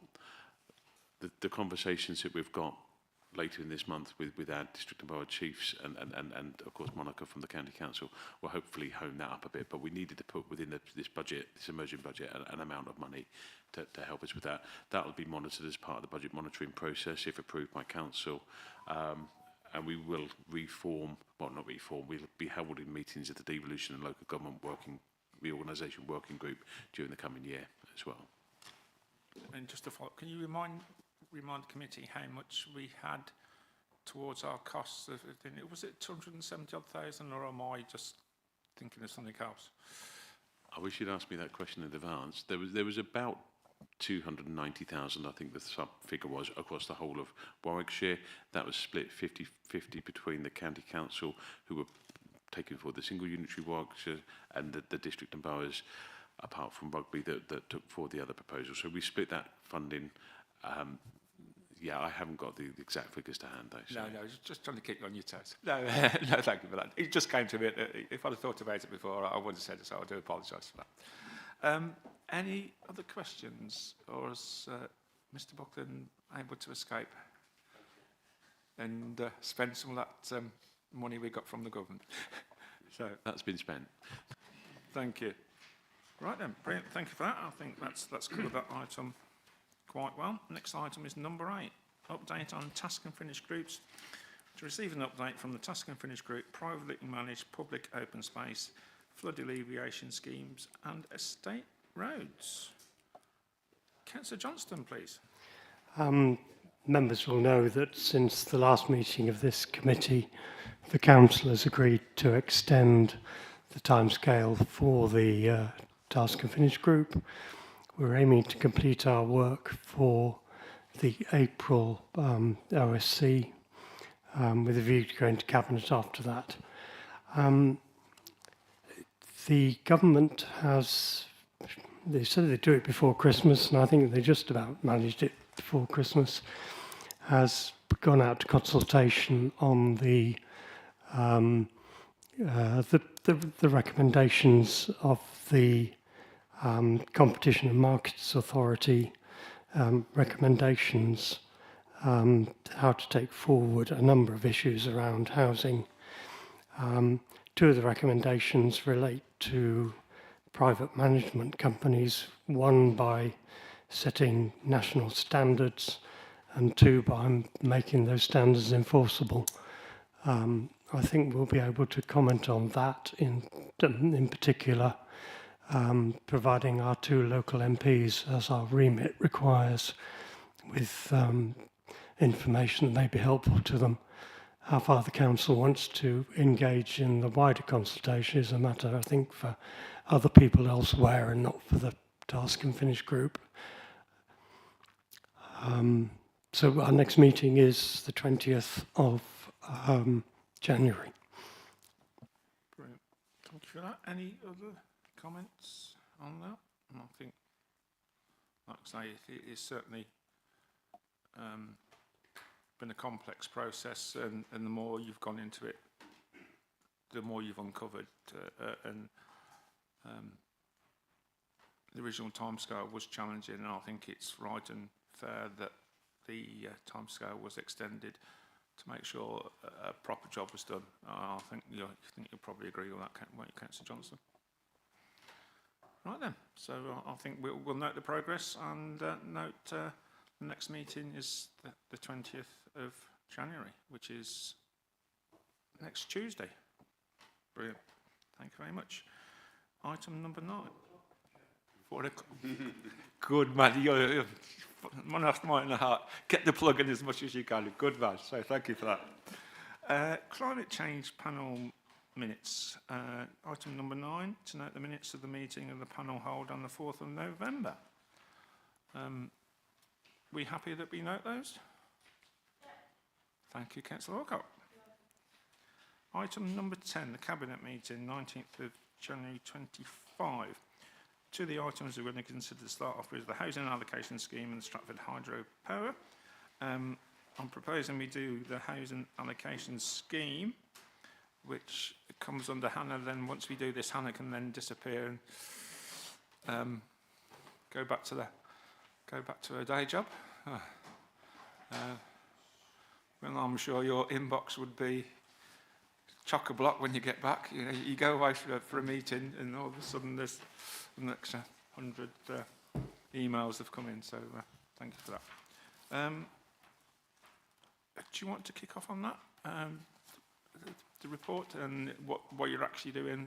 We're not actually, and we'll just stick to that remit, members. So if we can bear with us and we don't go off on a tangent, I'm sure Mr. Perks and Mr. Nash will keep us on the straight and narrow on that one. Thank you. Far away. Okay. So the housing allocations policy review forms part of the wider work that we've discussed in relation to the Home Choice Plus system and the backlog that developed.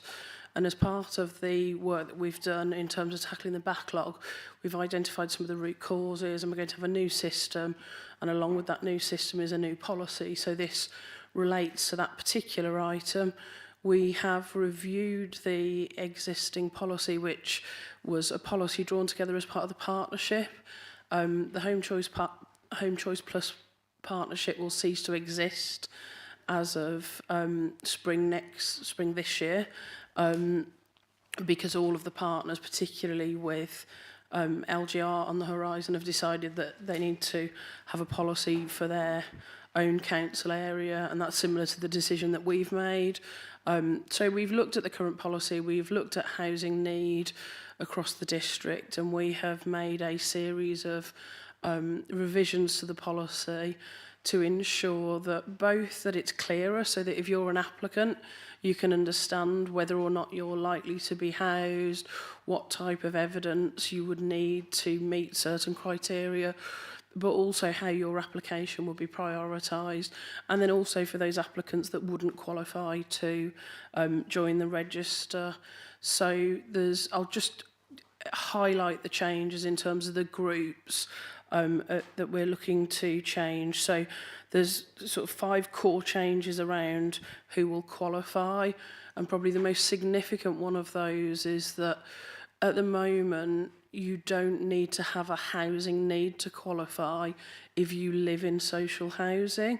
So you could be living in a 3-bedroom home that adequately meets your needs and apply to join the housing register. And because of the significant priority that has been attached to Section 106 criteria to promote local homes for local people, we're in a perverse position where somebody that is adequately housed might trump somebody that hasn't got a house at all. And clearly that was never the intention of either of those 2 policies. So that's a very significant change that we're making. We are revising the criteria around local connection to make that much clearer and much simpler in relation to the connections that people need to have to the district. We are making a significant change around income, assets and home ownership. So at the moment, the policy provides that if you earn more than £38,000, you can still join, but you are put in a reduced preference banding. £38,000 is an outdated figure in terms of understanding the level of income you'd need to access housing in the district. So we've revised that to be £45,000 for a sort of a single or couple household, and then £60,000 for a family. But another key provision is that if you have income above that, you will no longer be eligible to join the housing register. Now, one of the key things with a lot of these changes is that we have built in some discretion, because of course you need to have very clear criteria, you need to have a cut-off point, and there will be rare exceptional cases where we might need to be able to have senior sign-off to approve somebody joining outside of that. Because, for example, their income is in excess of that limit, but, for example, they have got a particular housing need where it might relate to a disability that means that they've got increased costs compared to another household. So they're the types of scenario, but we're not envisaging that there will be a lot of those. The other thing that we aren't going to do is where somebody is eligible for a non-means tested benefits such as PIP, which they receive because it's recognised that they have additional costs related to their disability, that will be disregarded as part of their income. The only time that would be considered, so it won't be considered at all as part of the thresholds. The only time it might be considered is in terms of assessing whether a property is affordable or not, and that would be in relation to where, as a result of their disability, they need an additional bedroom, and therefore it might be appropriate to consider that they use that benefit which provided to meet those additional needs arising as part of their disability. And homeowners or those with savings would also be excluded from joining the register outside of the criteria. We've made it much clearer in relation to age, which is around 16 and 17-year-olds. And then the final one that we've made clearer is around behaviour, and also thinking about what that means where somebody's behaviour would make them unsuitable to be a tenant. And that's really about being clear about where people are excluded because of, for example, serious antisocial behaviour, or whether they don't effectively qualify at this time. But we can be really clear about what type of behaviour would mean that that position would change. So rent arrears is the classic example there. So somebody might be currently outside of the remit of what the policy prescribes in relation to the rent arrears, but if they're engaging with their landlord and with a repayment plan, we'd be able to determine at what point they would be eligible to join in those circumstances where it's viewed that they would be eligible to rejoin within the year. Their application will be suspended rather than disqualified. We've made some changes to our banding structure to make it much clearer, and we've also reviewed the time limits and review around that, because if people are given that top priority banding for rehousing based on it being a very urgent need for rehousing, the expectation is then that they are engaging with that they are bidding when suitable properties become available, and that isn't always the case, that we've got people that are using it to get an ideal property rather than a property that meets their needs. Then we've made some other changes which relate to how we approach certain groups. So a lot of those in relation to the armed forces community and people who are fleeing domestic abuse are around bringing that in line with the legislative position, because there's been obviously the Armed Forces Act and the Domestic Abuse Act. But then just also being really clear in relation to how we approach homeless households, being much clearer around medical need, because we get an awful lot of correspondence, both in terms of we see it in complaints, but we also get a lot of correspondence via yourselves and via our local MPs around where people aren't happy around medical advice. So we're trying to be clearer about that up front, so that then hopefully that will be clear to applicants about where they will sit within that process. One final point, just because Councillor Keithley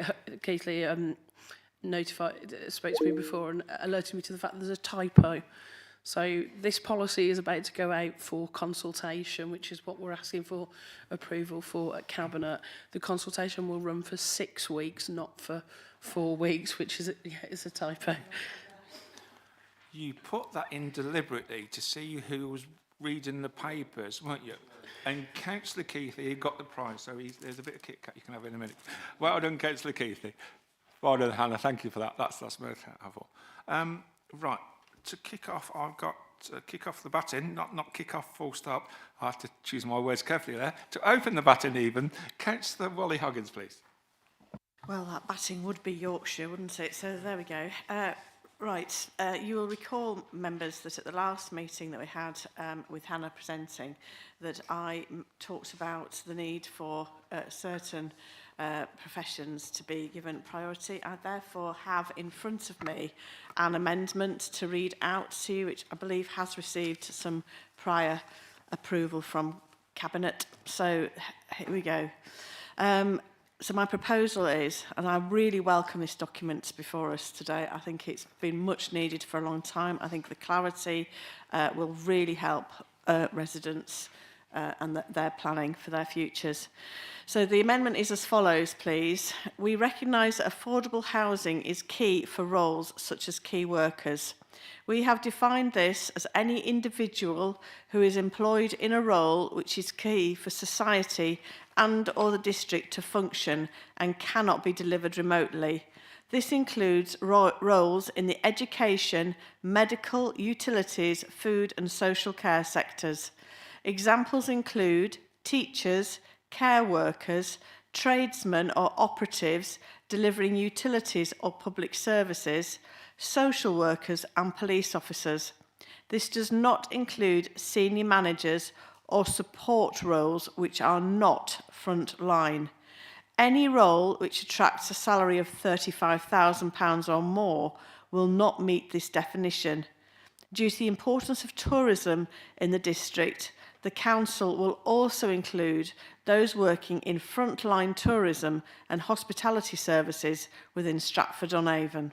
Thank you. Hannah, do you want to come back in, please? Yeah, I just wanted to add some clarity in relation to that. So this is in relation to the community contribution. So anybody that meets this definition, that is employed within those roles, they will have an additional 6 months waiting time added to their application. So the consequence of that is if you've got 2 households who join on the same day and are of the same priority banding, that bid for the same property, that we recognise that contribution of key workers and they will be given an additional 6 months' time. Thank you for that. I've got quite a few to come in. Do you want to come back on that, Councillor Wally Hoggins? And then I've got Councillor Rolfe, Councillor Alcock, and then Councillor Rice. So constitutionally then, do I need to properly propose this and seek a seconder? Or is this amendment going ahead? Thank you. Could you just bear with us 2 seconds, please?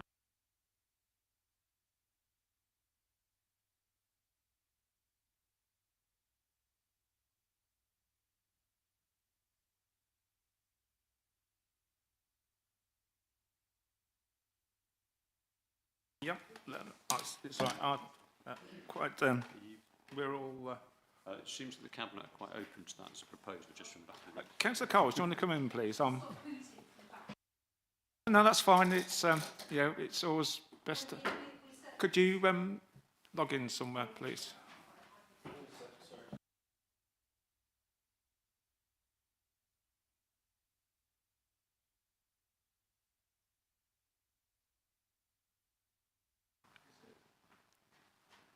Excellent. We've certainly accepted it. It certainly fits with what we want, and it certainly fits with what we've already been doing on how we can address that issue. I think this addresses very well the actual needs for this district rather than a sort of blanket key works thing. So I'm very happy with the tourism and hospitality. So you can be sure to be welcome, but there's no contention here. We're more than happy to accept it. That's good. So what we'll do now, I'll get Councillor Wally Hoggins to read her amendment again, or proposal. We go into debate. Need a seconder. We'll need a seconder. Well done, Tony. Thank you for that. We'll need a seconder. We'll go into debate. We've had a steer already from the portfolio holder, Councillor Coles, who's just come up very helpfully, that it's like to be received as a friendly amendment or addition or whatever. And then once we've got proposed a second, gone into debate, we can have a vote for it to be recommended from OSC to Cabinet on Monday. We happy with that? I'm happy with that. Sorry. So this is completely separate. I've got 2 questions for Hannah on the report. Yeah. Are we talking just now about the amendment? Where does the amendment come in? Because I don't know. And should we not change the word medical to health? Okay. I don't like the word medical. Well, we can do that during the debate, but Mr. Okay. First. So what are we doing now? I'm about to tell you. Wait. We're now going to... Councillor Wally Hoggins has introduced a recommendation which he's going to propose. If it gets a seconder, we'll then debate that. That will be the opportunity to say about specific wording in that proposal. That will go up to Cabinet. We'll then return to the debate on the wider issue, because there may be other things that you want to present as a committee on Monday. But if we deal with this one first, I think that's probably the clearest way through it. So, through the chair, if I could ask Councillor Wally Hoggins to make a proposal. Could you put your mic? Please, yeah. And can I just clarify for anybody that didn't have the benefit of understanding where this came from? So many of you will have attended the session that I held in December to provide the wider briefing around the background for that. That briefing session was meant to be around providing information and wasn't meant to replace this session and its formal process as part of the council's governance. But I did have the benefit of the suggestion being made there. So it's been brought back before, which is why we've got I've proposed the wording to cover the amendment. So that's the background, just for anybody that won't have been in the room when it was first suggested. So just so we're clear now, we're going to do, Councillor Wally Hoggins is going to propose the amendment or addition, whatever word we want to use. So recommendations so that Cabinet are aware of OSC's views. We will do that. We'll have a proposal and hopefully have a seconder, then go into the debate. We'll do that item and then we will go back on to the other part of the agenda item. So we're not cutting off straight after this. We're still open to questions and then we'll carry on. Slightly long-winded way, but I think we've got there. Councillor Wally Hoggins, please, if you could come in.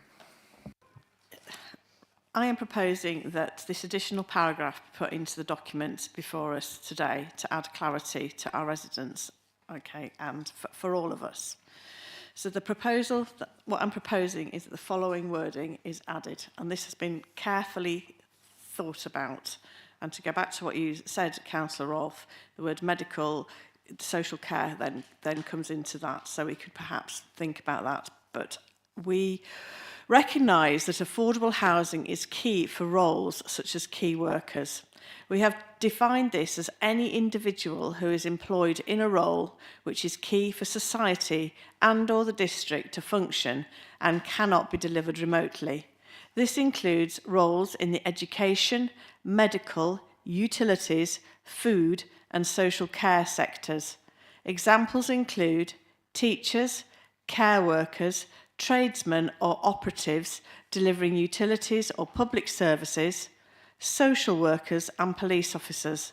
This does not include senior manager or support roles which are not frontline.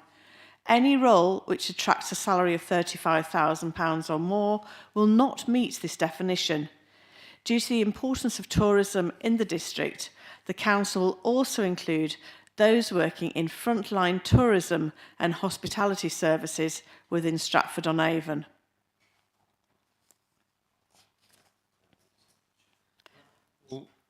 We'll need a second of that. Anybody happy to second that? I'm happy to second that to take it into debate. Thank you. Thank you, Councillor Alcock. Brilliant. Should we go into the debate? Councillor Rolfe first, then Councillor Littlewood. Yeah, there's two things I want to check. Firstly, I do think medical should be changed to health, because medical has a completely different connotation. And secondly, the 35,000 element, I thought we'd already made a ruling about 45 and 60. So has it not got to be consistent? Or is it because... Explain, please. So they're two different provisions. So this is specifically around community contribution, whereas the 45 and 60 is about who is eligible to join the housing register. So they're two separate provisions. This is community contribution, which is 6.20 of the policy. Is that clear, Councillor? Happy with that? Councillor Littlewood, do you want to come in next, please? Thank you. I had 2 points. The first one's just been answered. Thank you. I also have a question around workers working in food. This is a rural district. Does that include agricultural workers?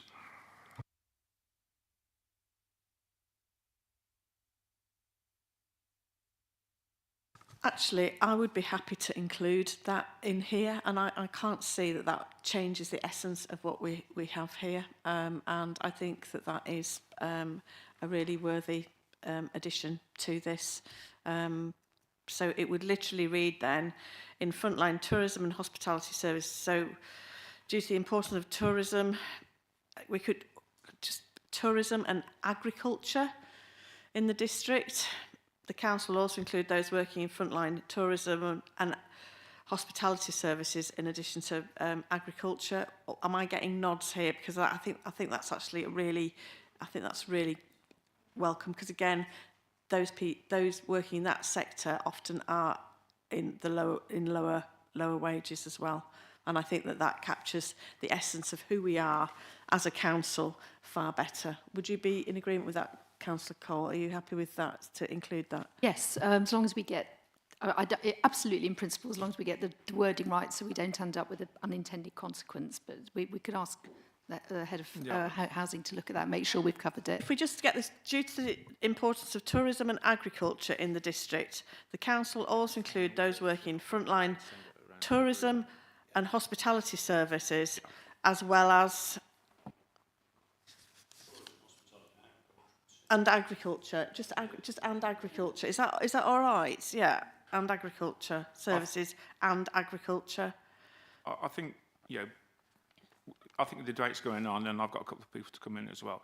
I think we are getting the general gist and flavour of things, and I think just before we go to Cabinet next Monday, I'm sure there will be a version that can be sent around to everybody here that it's clear, transparent, covers everything we want to do, just so we have a little bit more time to think about it. I think we've got the gist and the flavour, and we're not trying to censor anything.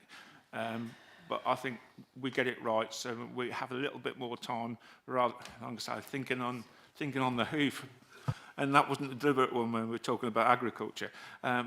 Rather than thinking on the hoof now and then slightly miss something out or have unintended consequences bringing these things in. I'm not trying to prevaricate or anything. I think it'd be good that we get it right first time and the Cabinet have a clear position. But I think if we carry on with the debate, I think we've got the flavour of things.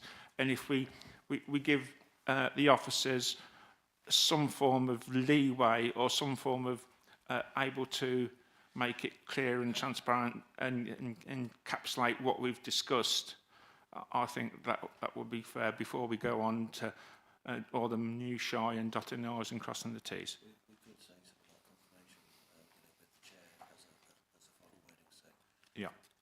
So, Do you want to come in on that? Wrong one. So we could actually confirm the confirm as much as we can with the wording, but then we could just clarify that it should be confirmed with the chair as a final pointer.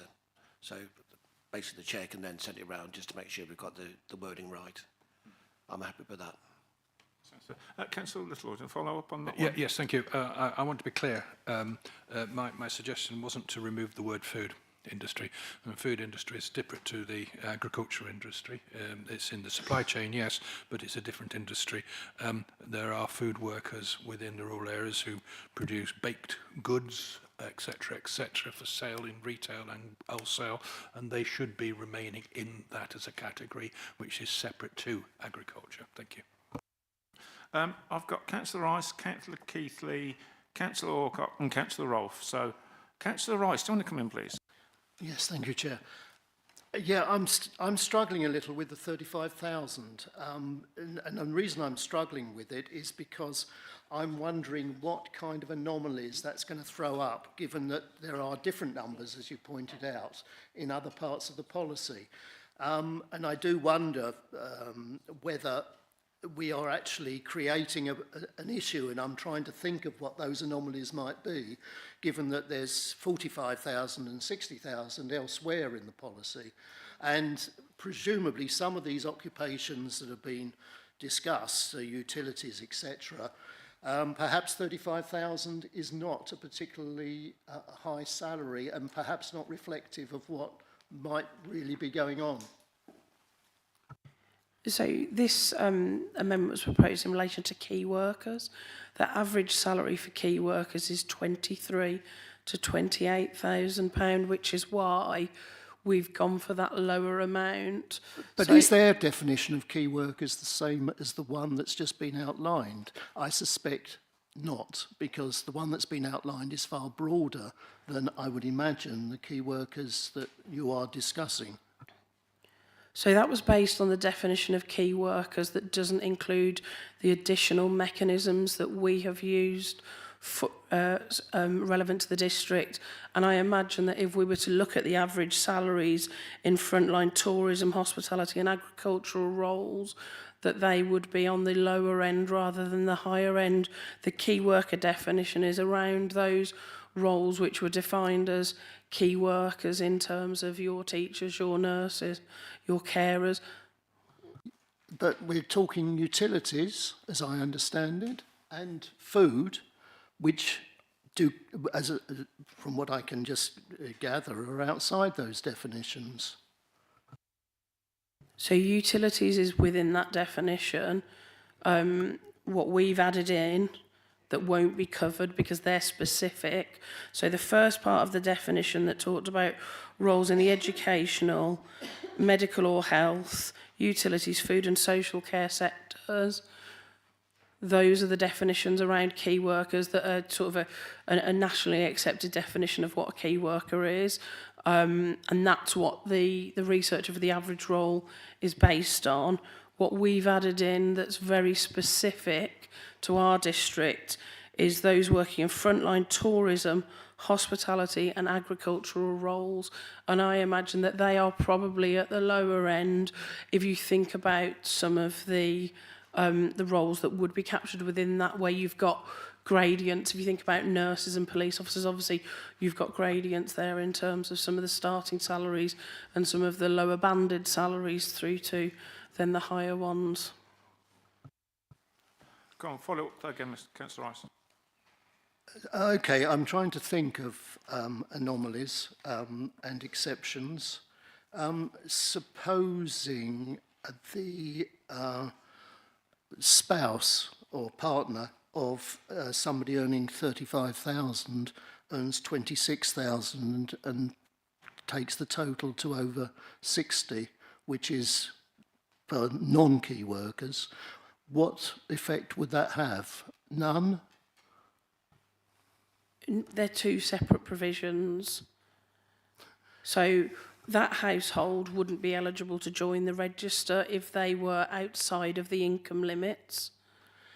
Even if one of them was a key worker. Mr. Rice, could you just let Hannah finish, please? And could you just turn your mic off a second, please?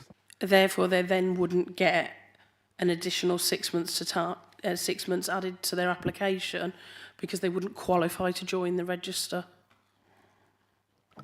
I think we got, no, it's no problem. I think we've got to tease these points out, and yeah, and also just, I know we're all keen to get these points out quickly, and we'll just give the officers time just to answer the questions before we come back in again, because if having the question and another question coming in, it's, you know, Hannah's doing a really good job here, but sometimes it can be a little bit intimidating. So thank you for that, Hannah. Councillor Keithy, do you want to come in, please? Yeah, thanks. Thanks, Chair. It's just sort of following up on what Councillor Rice had said, really. I think that what I'm concerned about is sort of unintended consequences of trying to write a list of all the occupations that might fall into this category. So what Hannah's just described is there's a national definition for key worker, so we should rely upon that. And then if we're adding one or two specific occupations that are particularly relevant to our district, then we should add that as well. But there will be some examples where someone will be wishing to say, I am a key worker because I work here, in which case, how do you deal with those that might fall outside of that you define? The danger is, if you try and write an exhaustive list, you're not going to get them all. So what I'm saying is you've got to define something. You've got to hook it onto something. And then if somebody says, well, actually, I'm a certain type of carer, or I look after dogs or something, I don't know, for people that are disabled, then have they got a right to apply for you to consider their application as a key worker? Is there some sort of right of appealing, not an appeal, but, you know, outside of the scope? The danger is try not to create an exhaustive list of all the jobs, because I think that's probably a mistake. And I think one of the challenges with any allocations policy is councils are trying to navigate a position where you've got a demand that significantly outweighs supply. And that means that we have to create some rules around who will qualify, how people will be prioritised. And there will be people that do not qualify, there will be people that are not prioritised, there will be people that are not eligible for the community contribution who will not be happy with that. the approach will be similar to the existing policy. People can challenge that. They've got various routes through which to challenge that. They can review, they can submit a complaint, they can, you know, if they want to, they can judicially review the policy or how their application's been determined in line with the policy. You cannot account for absolutely everything. What I would say is that when this comes back before the Cabinet after consultation as a final policy for approval, one of the things that we will be building into that is that there would be delegated approval to make minor changes to the policy. So if, for example, what we found is that in the first year of application that we were turning away a number of people that in terms of the community contribution, that we thought would have been covered but then aren't, because actually what we found is locally that salary tends to be higher. We would then be able to make those minor updates. The same with the thresholds around who's eligible to qualify based on their income, is that we will be able to keep those updated, because as we know, that picture does change from year to year, and one of the challenges we've got with 38,000 is it was set, I think, over 10 years ago, and things look very different today. So there will be that provision for us to be able to amend that and really understand that impact. But the one thing we will not be able to bring you is a policy that will absolutely cover every circumstance, because there'll be circumstances that arise next year that probably have never arisen before. What we've brought is a policy that's evidence-based and based on our expertise and understanding around the supply and demand mismatch and how we make best use and house those that are in the most housing need across the district. Yeah, so I'll come in just briefly on a couple of things here.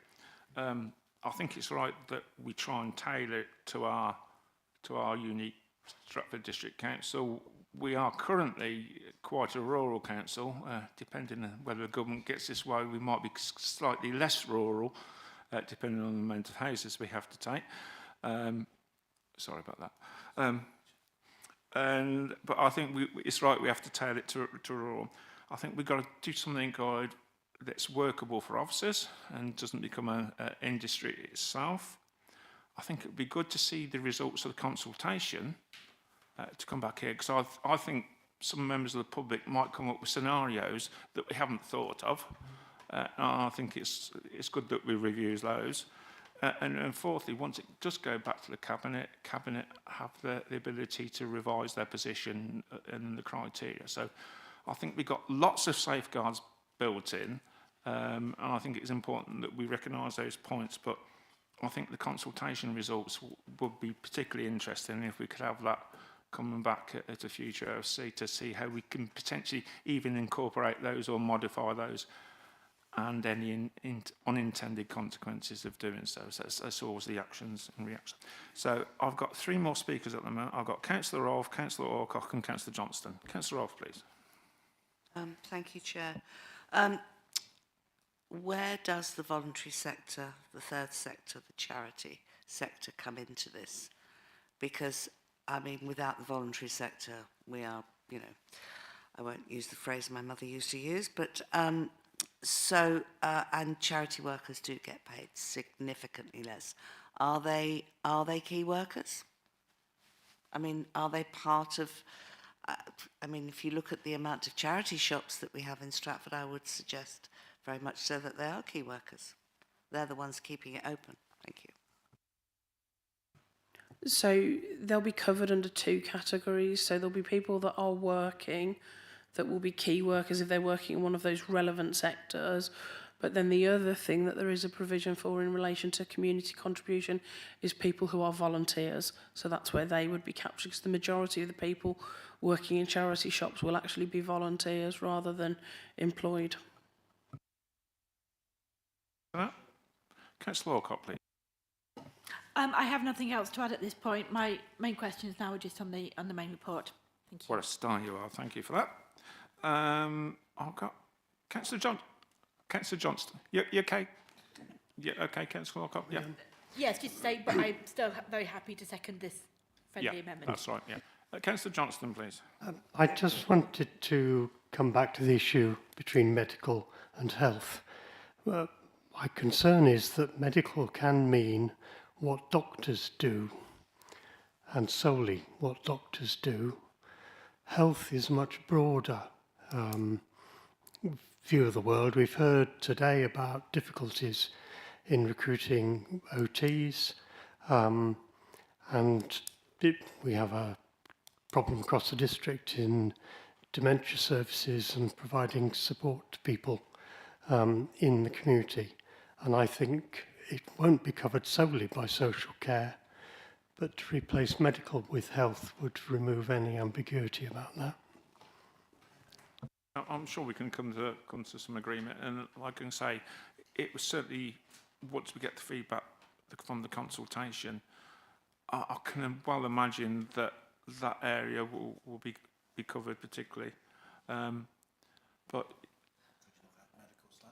yeah, I'm going to say whether we have medical and health or medical/health, just so it covers both. Yeah. Yeah. Medical/health incorporates both and gives an area of gravitas for both sectors in that employment. Is that all right? I love a slash. Is that all right? You're happy with that, That's Councillor great, Johnson? then, thanks. We include both? Yes, I mean, we will have a problem with recruiting doctors. How many doctors are actually on less than 35,000, given the period of training they've had? I suspect is fairly small. Yeah. It's the nurses, the people who are actually doing the day-to-day work. Brilliant. I've got no more speakers on that part of this item. Unless anybody else wants to come in. We've got a proposer and a seconder with one or two slides. Councillor Littlewood, you... I was waiting patiently. Yeah, I just wanted a clarification, and I think it's relevant to this. I'm failing to understand the 6 months deferral. Could you explain that more carefully, please? Because I'm a bit slow on the uptake this morning, I think.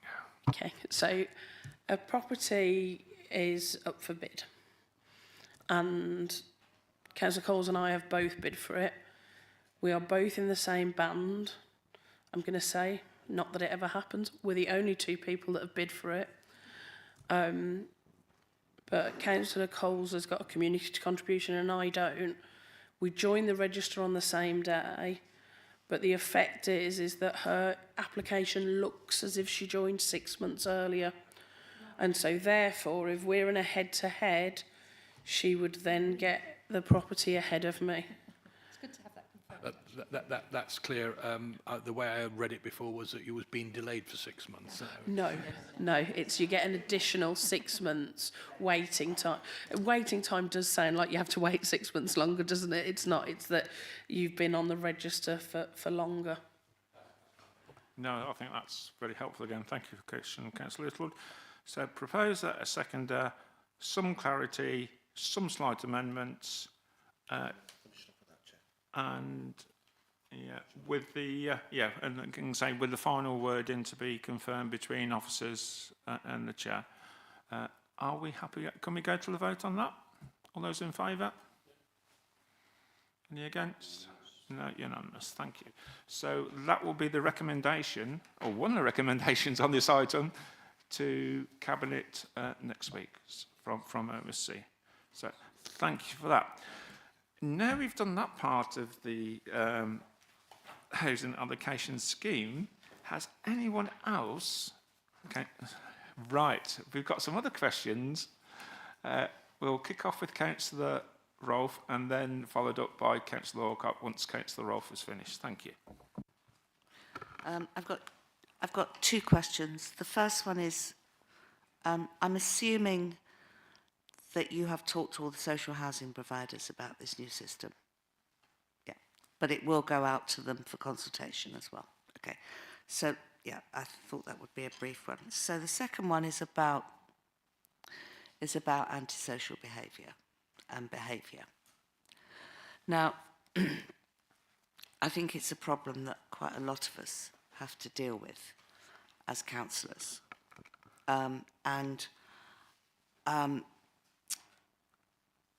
Can you explain, I've had it explained to me by social housing providers myself, but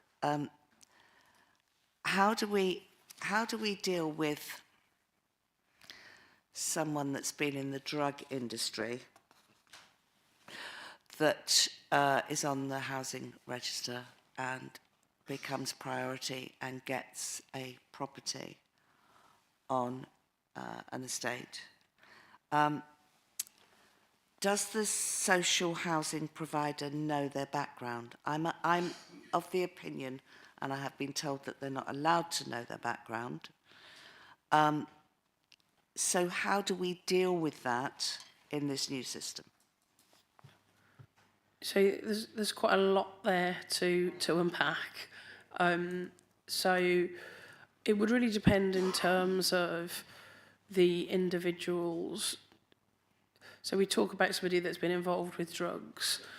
That's a whole spectrum, isn't it? To somebody who the neighbours believe are smoking cannabis because they can smell it, through to people who have got criminal convictions for drug-related offences. Individuals that have got significant drug-related offences, such as supplying, would be excluded under the register if that was a recent behaviour. And if it's not recent, we would need to understand, have they demonstrated a rehabilitation in terms of their behaviour? So just so that somebody couldn't say, well, I've not been in trouble with the police for 15 years, but that's because they've been courtesy of His Majesty. And it's understanding that link really in terms of... Or they've simply not been caught? The challenge in relation to somebody that hasn't been caught is, where is the evidence in relation to it? Because we are a public body, we cannot make decisions based on people's perceptions, or kind of, even if that's a widely held community view. Unfortunately, it is about the evidence that is available to us. Yeah, I think you've got to take that, yeah, because if we didn't, we could be subject to many legal challenges, which would embroil the council in significant legal action and potentially subject us to costs as well. So we have to be careful. Councillor Arthur, you want to come back in? I just want one very quick follow-up. So currently, is it true that social housing providers... So they will apply to join the register with us, and then if they are successful, they will be nominated to the provider, who will then normally do their own eligibility assessment, which is one of the things we've tried to consider as part of our policy, because if we'd got a really broad policy, we'd effectively be creating a system that wasted an awful lot of resource, because people would come through our door but then be met with a barrier at the registered provider door, and they're trying to do exactly the same things as us in terms of manage that the supply and demand mismatch, and also make sure that people are suitable tenants. There is some information sharing, but it does very much depend on the scenario. And the other thing that you have to remember is that it's about what information an applicant declares, and therefore if people don't declare it, it's a common misconception that both local authorities and registered providers can do things like criminal record checks on applicants. We cannot do that. In the same way as we can't, you can't do that in many processes. So it is about the person declaring it. If it then came to light that they had fraudulently misrepresented their position, they can absolutely be, their tenancy can be reviewed, and the landlord is able to take legal action to recover the tenancy. But it would depend, again, about how how severe that was. If it was somebody that got a significant conviction, I think that might be likely for a registered provider. If it was a historic low-level conviction, it's probably unlikely. Brilliant. Thank you for that. Councillor Alcock, please. Thank you, Chair. I do have a few points to raise. First of all, apologies if this is in the record already. Due to personal circumstance, I haven't had as much time with this as I would have liked. So, first of all, if I can just question on 1.10, introduce a new qualifying condition, criteria of housing need, meaning applicants who are suitably housing will no longer be able to join the register. That on itself, I have no problem with. However, could I just question if there is any wriggle room in that? For example, as cases I have dealt with several years ago, where family perfectly adequately housed, but were victimised by antisocial behaviour next door, which we know sometimes isn't always possible for the housing provider to action it the way the neighbours would like, the victim would like, or in a way that makes it easier for them to live there. So it works out that the victim ends up applying on the housing list to say, right, can you just move me away from this, the situation I'm in? Though they're adequately housed already, would that be something that you could use delegated authority to look at the situation? So that's a good example of where we would assess if they were adequately housed, because if the environment meant that it wasn't safe for them to continue to live there, we would be able to exercise discretion.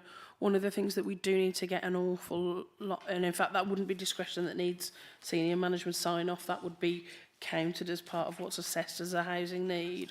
One of the things that we do need to get an awful lot tighter on and be really clear in terms of resident expectations is that we have got a high number of individuals and households that are on their 4th and 5th move because they don't get along with their neighbours, and actually that isn't a good use of public resources, and that is what social housing is. You know, we are very fortunate in the district that we don't have families that are in temporary accommodation for years. If we look at some of our neighbouring authorities, that's the position that they are in, that we've got families that can be in temporary housing sometimes upwards of 5 years. There does need to be more of a sort of a re-education piece around how people live next door to each other and learn to tolerate differences. Now, I mean, very clear, differences is not serious antisocial behaviour, it's not harassment. But there are a number of examples of people who have been rehoused and within a month have rejoined the housing register. And that is simply not what it's there to deliver. And we're resourcing that there's a cost to that. And the cost is very real in terms of council resources, but it's also very real in terms of the next person that also submits an application, because we aren't able to process it as quickly. And then you've got more people on the housing register than are actually in housing demand, and that makes it really hard for us. We want to have really accurate data that then shapes how we work with colleagues in planning to say this is what our true housing need is in the district. A follow-up then, Councillor Alcock? I know you said you've got several. So I do. Thank you. Thank you for that answer. That was pretty much what I wanted to hear as well. So yeah, moving on to that, still under 1.10, a suspension of applications, providing scenarios where households' access to the scheme can be deferred when justified. For example, while a household took deliberate action to worsen their housing situation. Now, I understand that's already there in a point, as in making yourself deliberately homeless, etc.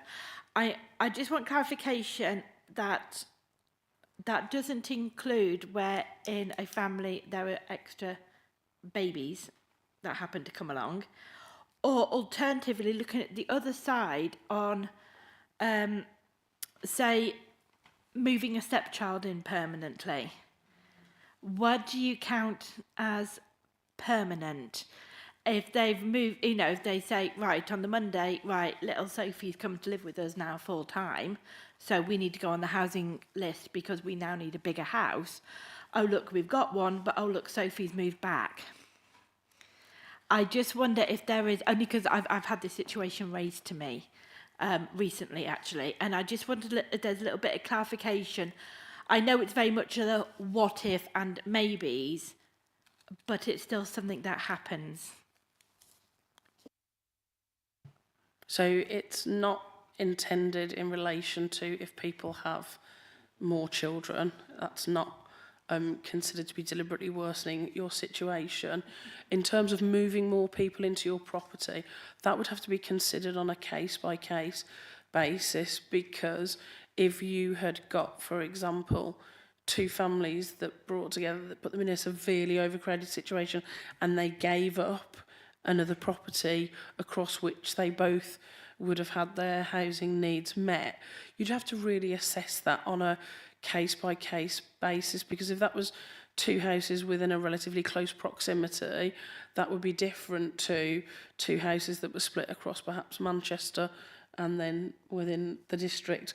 And I think that would be one that would really need to be assessed. But we do find that particularly multi-generational, that sometimes people can move people in to then say, actually now we've got a greater housing need. And the advice is always, before you give up a home, you should, you can ring and have a conversation with the housing advice team and ask that question. But we do find that people can make decisions like that, where they can give up a tenancy and then move back in with a parent where it was never appropriate for them to move back in with, because they didn't have enough room. And therefore it wasn't unforeseeable that tensions might have risen in an overcrowded situation. That isn't a way to bypass the allocation system, and I think that's what that provision is designed to address. One more? One more. I will make it the last one, I promise, No, Councillor. you state on questions on the other one because of that. So I'll give you an extra leave on this one. Thank you, Chair.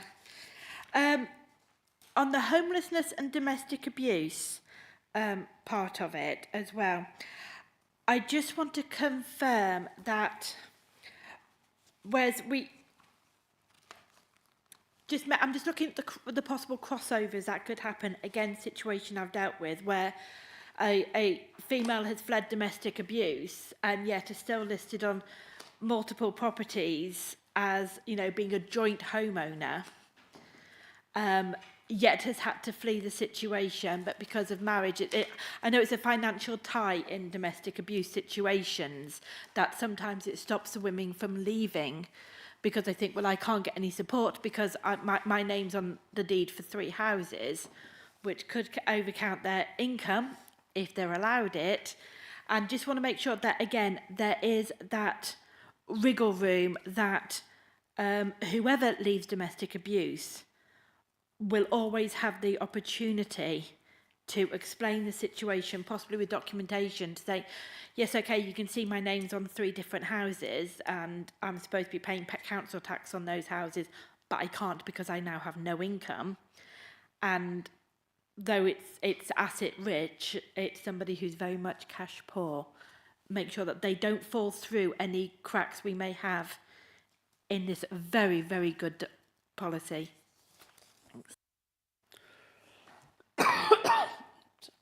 There will always be provisions around domestic abuse, recognising that it is a very complex arena. And it would be assessed on a case-by-case basis, because there are individuals that have got equity tied up that they are not realistically going to be able to access that equity, and therefore we wouldn't want that to be a barrier to them accessing housing. But what we would want to understand there is what attempts people have made in relation to that, in terms of have they sought legal advice, what is the position in relation to that, just so that it couldn't be used as effectively another way of bypassing the allocations policy, because we know there's a lot of challenges around domestic abuse, and we know that anybody that's fleeing domestic abuse faces additional barriers. So this is not about additional barriers for them. It is about having appropriate safeguards around access to social housing, and having the process through which those things can be considered. Brilliant. Thank you for that. I've proposed to draw this to a close now. We've had a long debate on this. Hannah's got a nasty cough, and I think she needs to go and get away from this rarefied atmosphere in this council chamber. I was as polite by saying there's probably a lot of hot air and it's exacerbating Hannah's cough. But yeah, I'll let you have the final word on this, Hannah, and then you can disappear if you need to disappear. And my final word is just to say that this isn't, of course, the final word for yourselves. This now goes out to consultation.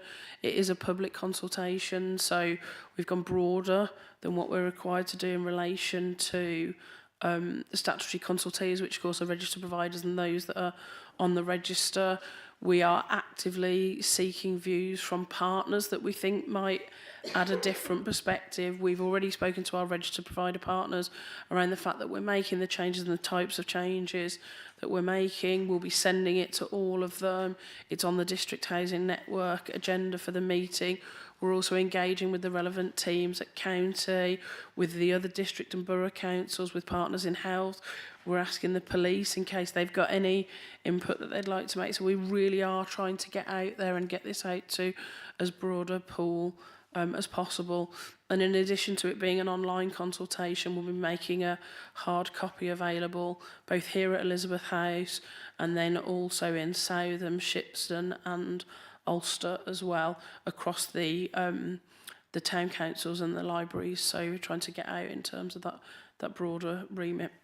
That's very helpful, and I slightly fibbed. I'd got a question for you, and that's just reminded me. Talking about the consultation, obviously seems to be really going above and beyond the call of duty, an extensive consultation. I noticed in the report it said there was no additional costs of doing that, of doing this consultation. It'll be met from in-house resources. Just we probably will note that the pressure the staff will be under, and if there's anything we can do to help promote the consultation, we make that offer. So, Councillor Littleward, last word, then we'll move on. Thank you, Chair. I think this is excellent work that's been done, let me say that. You mentioned about the consultation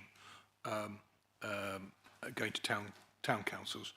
Presumably it'll also be sent to parish councils, because the majority of the people that we're talking about will be living in villages, and the parish councils have got the direct contact.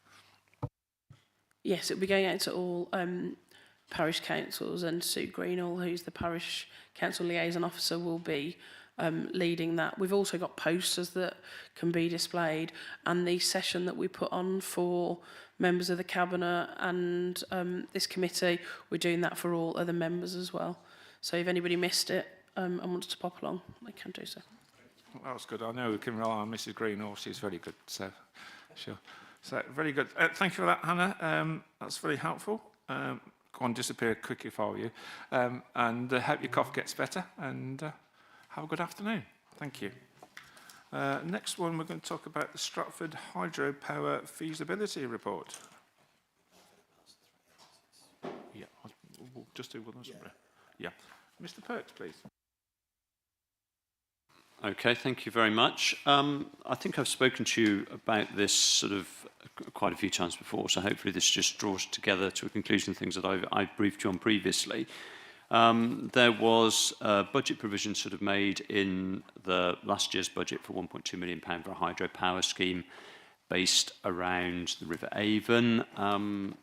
That was to be fleshed out by a feasibility study. As a result of the feasibility study, we started to look at some other options, solar sort of carports and the leisure centre primarily.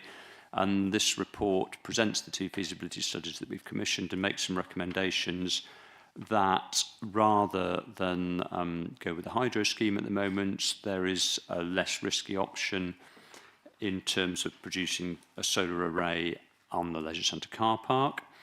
It also suggests that to make best use of this, bearing in mind we've already got a solar array on the leisure centre, that we should include battery storage in that, which is an additional budget pressure. So the report suggests that we proceed with that. The solar carport scheme at the leisure centre is opposed to the hydro scheme at this time, and that we make a further allocation of 600,000 from the climate change reserve to support the project to enable us to sort of put a battery scheme and a solar array scheme in the leisure centre, and that the electricity will be used either in the leisure centre and or in electric car charging points around that car park. Probably best to open that up to questions. Councillor Rice and Councillor Wally-Huggins. I'll let Mike open first today. Thank you, Chair. I apologise, first of all, because I haven't read the entire report in great detail. My question really applies to the first section, sort of 1.7 to 1.11. As far as I can see, the electricity generated by solar power is worth 3 times more than the electricity generated by water. And I wondered, given that the solar power will still be going to, potentially still going to the leisure centre, what assumptions have been made to arrive at the different payback periods for the 2 different types of scheme? It's a combination of sort of capital cost and sort of risk. We're looking to sell, both models have been based on selling the electricity at 25 pence per unit, which is considered to be a realistic sort of wholesale cost for electricity sale. And they're both predicated on not putting the energy back into the grid, because you're going to get about 9 pence per unit for that. So both scenarios have been modelled on the 25 pence sort of sale tariff, which would be into the leisure centre and to car charging.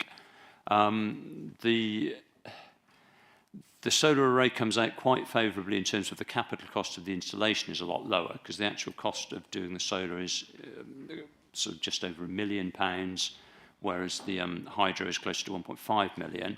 It's complicated by the addition of the battery, which I think makes, because there's an allowance of about 600,000 in for the battery, which is what the consultants advised us to put in. That makes the 2 scenarios much more cost equivalent. So I don't think, once you've allowed for that, there is a 3 times difference in it. It's broadly similar, but there's less risk involved in doing the solar car parks. You're not engineering a live sort of marine environment, and we haven't got to get land off the Avon Navigation Trust. So that's really why we've made the recommendation that we have. I'm possibly being very stupid then, because I'm looking at a payback of 19.5 years and an installation of whatever it is, 350 megawatts, versus a payback time of 7 years, in other words, about a third, for 370 megawatt hours, which is virtually the same output. So that's where I got my figure of 3 times from, because how come the payback is 19.5 or 7 for the same electricity output and roughly the same investment, 1.5 to 1.7? Okay, the 7-year payback is actually on sort of the battery installation. There's a more detailed comparative analysis in Appendix 3, I think it is, which is where I've tried to compare the 2 reports together. And the table in that shows paybacks around about 13 years. The different solar installations pay back at different rates depending on the cost of them, but they are, without a battery, more like 13 years based on the lower capital cost of that. The battery itself has a payback of 7 years, so it's quite difficult to aggregate the 2. But there is some more detail. There's quite a useful spreadsheet in Appendix 3 that tries to set that out, but it is a little bit of a dark art, I think. I apologise for not having read Appendix 3 in detail. It's a fine document. Yeah. Councillor Wally-Huggins, please. Right. Mr Perks, how much did we spend? I was asking them a question. So far away, we asked the question. So just to make sure, Councillor Perks, Mr Perks is listening, I'll let you repeat the question. So it's my interruption, not your fault. So I've got quite a few questions here, Mr. Perks, but the first question is, how much money did we spend, or did this council spend, on the feasibility study for the hydroelectric scheme, please, in the end, including the pretty pictures that we've got before us? Bear with, I'll look it up. Do you want to ask the next question while I look that up, or does it follow on from that? And also, can you tell me, please, just repeat for me, why we're now moving to this solar panel scheme? What is the purpose of this continual looking at renewable power scheme within Stratford? Because this is a staggeringly large amount of money that we're proposing to spend on this yet again. There will be more questions from this chair. And haven't we already got some solar power cells on top of the leisure centre itself? The next question to do with that then would be, how many car parking spaces are we going to lose with the revenue that will be lost from cars not being able to park there if we're going to install all of this in the leisure centre car park? And so it goes on, really. Okay. There will be a follow-up question, Chair. Taking those first three in order then, I understand the motivation for looking at this is the council have a commitment to be zero carbon by 2030. We have a series of interventions designed to do that, but as officers, when we worked through those, even if we were to do all of those, we won't reach zero carbon because we're still going to have a legacy sort of carbon footprint. We discussed with the Cabinet at some details that a way of closing that gap would be offsetting, and we did a bit of an exercise looking at sort of whether there was any offsetting schemes that were eligible, and none of them found favour with the Cabinet because they weren't considered good use of public money or sufficiently reliable.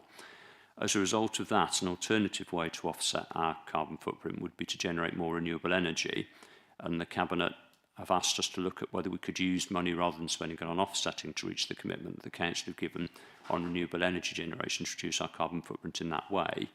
That led us initially to look at the hydro scheme because it was a way of generating electricity. That proved to be feasible, but there were elements of risk in it, and it seemed to be less risky to do a solar scheme on the car park in the leisure centre. So that is a bit of a background as to sort of how we've got to be looking at these schemes. In terms of the leisure centre roof, we have got an installation on the Stratford Leisure Centre roof.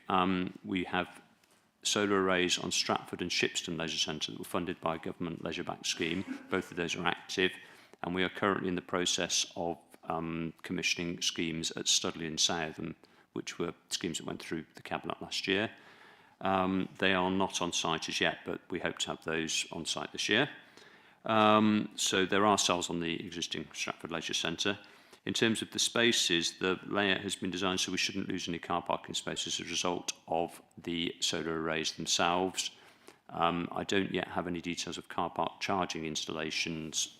That's a separate project, and I haven't yet got details of those. I would assume that we would be keeping the same number of spaces as a result of that, but I don't have that detail yet. So is that all your questions? I still haven't got a view of the price. I'm looking that up. Yes.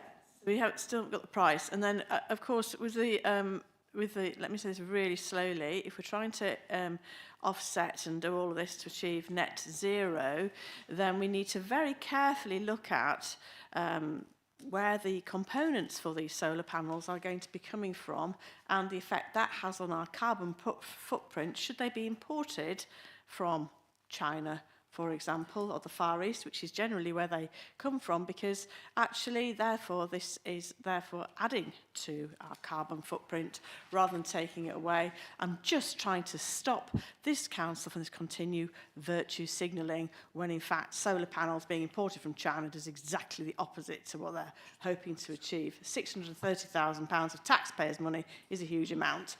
Tony Perks, how much did it cost to do the analysis for the hydroelectric scheme, please? I'll just give Mr. Perks a little bit more time to look that up because we're approaching the 3 hours cut-off time. So I think it's probably opportune that I ask members if they're willing to continue. I can see a nod of the head in the right direction from Councillor Orcutt that we can continue past the 3 hour mark, hopefully not for too much longer.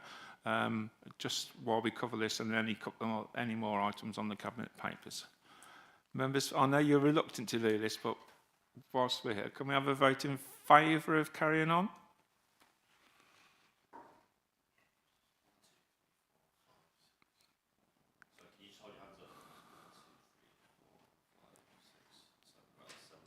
Any against? One. So it's carried. Sorry, Councillor Keithley. If you do need to go, one, just give me a nod and whatever. Right then. So thank you for that. And Mr. Perks, hopefully I've given you enough time to. Yes, £6,500.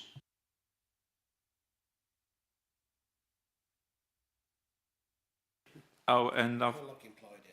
Yes, I implied, but the committee resolves to carry on past the 3-hour cut-off to, just so we've got an official record for that. So thank you for that. Any other follow-up on that, Councillor Wally-Huggins? Whilst we're here? No, I've made all the points I needed to say. Thanks very much indeed. Any other points from other members of the committee on this? I'd only got one slight point, and I think I was listening to Councillor Rice listens to me, and I listened to Councillor Rice because he made, I think, a fair point about the payback periods, talking about 7 years for the battery and 13 years for the solar, and whether that could be made slightly clearer as part of the report, the body of the report or the recommendation, just so it's clear. And this, the information is there, obviously in the appendix, but if that could be made clearer for members of the public, or it's, the information there, it's just not, it's just an observation, really. It's not a criticism. If you find that acceptable, Mr. Perks. Yeah, that's fine. I'll try and make sure there's a supplement available for the Cabinet by Monday. Brilliant. Councillor Wally-Huggins, you saying you want to come back in again? I'm just asking the question, why is all of this net zero, I'm choosing my phrase, why is net zero and the target of 2030 still relevant for this council? Because it's not going to exist in 2030, is it? I think you could raise that question at Cabinet, or, I'll look forward to doing that. I've given them plenty of notice for them to give me an answer. Thank you. Right. Councillor Johnston, please. I just wanted to say I don't think we would be urging the Cabinet to take any other action than is being recommended in this paper, and I think we need to record that quite clearly in our feedback to we agree. We haven't done anything that alters the recommendation. We've asked some points. Mr. Perks has kindly agreed to do some slight supplement to make things clearer, and we've gone through and asked quite a few relevant questions regarding costing, the alternatives, etc. So yeah, no, that's fine. So I think, yeah, we've noted the report and the recommendations were acceptable to oversee, and saw no reason to change them. So I think that's fine. All happy with that one? Can I give my Mr. apologies? I've got 1 Perks. o'clock. Yeah, thank you, Mr. Perks. Well, you in the capable hands of Mr. Nash to keep us on the straight and narrow still. So thank you for that, Tony, and thank you for agreeing to the changes. Right then, any other items on the Cabinet papers that we wish to discuss? Yeah. Any other items on the Cabinet papers we wish to discuss? Or members happy? No? All happy? Right, that's fine. I think we've had a long morning, and I think we've overdosed on housing allocations today, and I think that might have people been quite tired. But I think that it was well done. I think.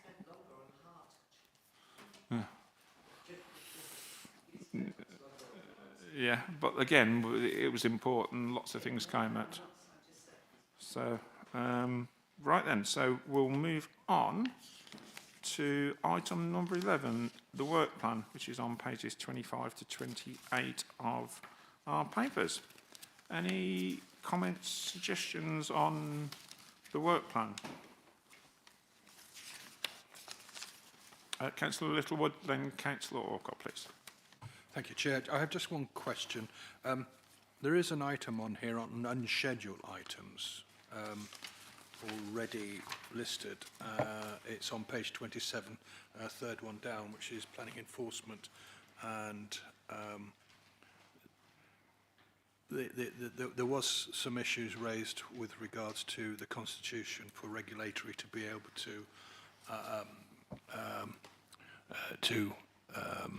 scrutinise the performance of enforcement, and I understand the position is that regulatory are there to be involved with any regulatory cases, and the constitution doesn't allow for scrutiny of the whole overall performance.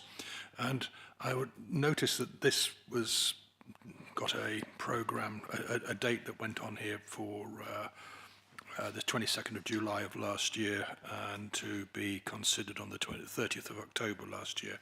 I think that we should consider whether or not if there is a appetite to scrutinise the performance of the enforcement team, which is a new team, it must be noted, and their functions been underlined as a need, that we should call that in for either this overview and scrutiny committee or a separate overview and scrutiny committee dedicated to planning enforcement, as I don't see that there will be any issues of confidentiality in looking at performance, whereas with individual cases there is definite confidentiality which precludes that being done. I know, like I say, your point about individual cases is particularly pertinent and relevant.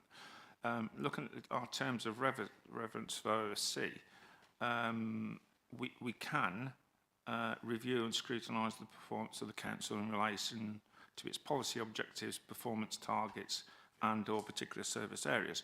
And I think that would fall into that category. The advice I've been given from monitoring officers, it would fall into that category. So I think, yeah, I'm more than happy. I don't think there's any why they should be treated differently to other service areas. So I think it's fair. And I know members of the public do have frustrations about the area at times, and sometimes rightly, sometimes wrongly. So I think that it would be good to scrutinise the performance and also make clear what enforcement can and can't do. Which it still can be a bit of a grey area at times, and so I'm more than happy to second that and have it on the work programme if committee members are happy. Councillor Wiley-Huggins, do you want to come in, please? Yeah, sorry, I believe that we're discussing this at Regulatory Committee tomorrow. Is anybody else on this committee here? There's a meeting tomorrow. I am on Regulatory Committee, and there is a meeting tomorrow before its official meeting time tomorrow to discuss this very fact. So I do think, if you don't mind me saying, that we're all in agreement that we want to scrutinise enforcement, but I think that it might be, after tomorrow's pre-meeting, that it might be prudent for you to speak to the chair of that, which is Councillor Jenny Fradgley, so that meeting's been arranged to discuss that, and all options, I believe, are going to be discussed. But I just think we need to be respectful to Jenny's chairmanship of that committee, and then we work together with Regulatory Committee and that chair to achieve the same goal. Yeah, really. I think is that's that all right? yeah, Sorry, I think we've I'm got not to be being difficult. I'm just I think we've got to be mindful of each committee's responsibilities and rights. I think it makes sense that we liaise between the two and don't step on each other's toes. But I still think we have an agreement in principle to get it on our work programme more firmly, but then decide what we can and can't do, the remit of our scrutiny. So I think that'd be fair. Councillor Johnston, please. I was just going to suggest we review this at our next meeting rather than take a decision today, given the I agree. discussions that are going on elsewhere. Yeah, no, we happy with that? Yeah.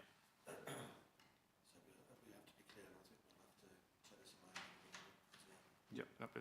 Councillor Keith. Yeah, I think that's a good suggestion because there needs to be a bit more clarity on the scrutiny role of regulatory, and that's not been determined yet. That might be a constitutional issue, so we'd best to park this, I think, until we know that. Yeah, absolutely.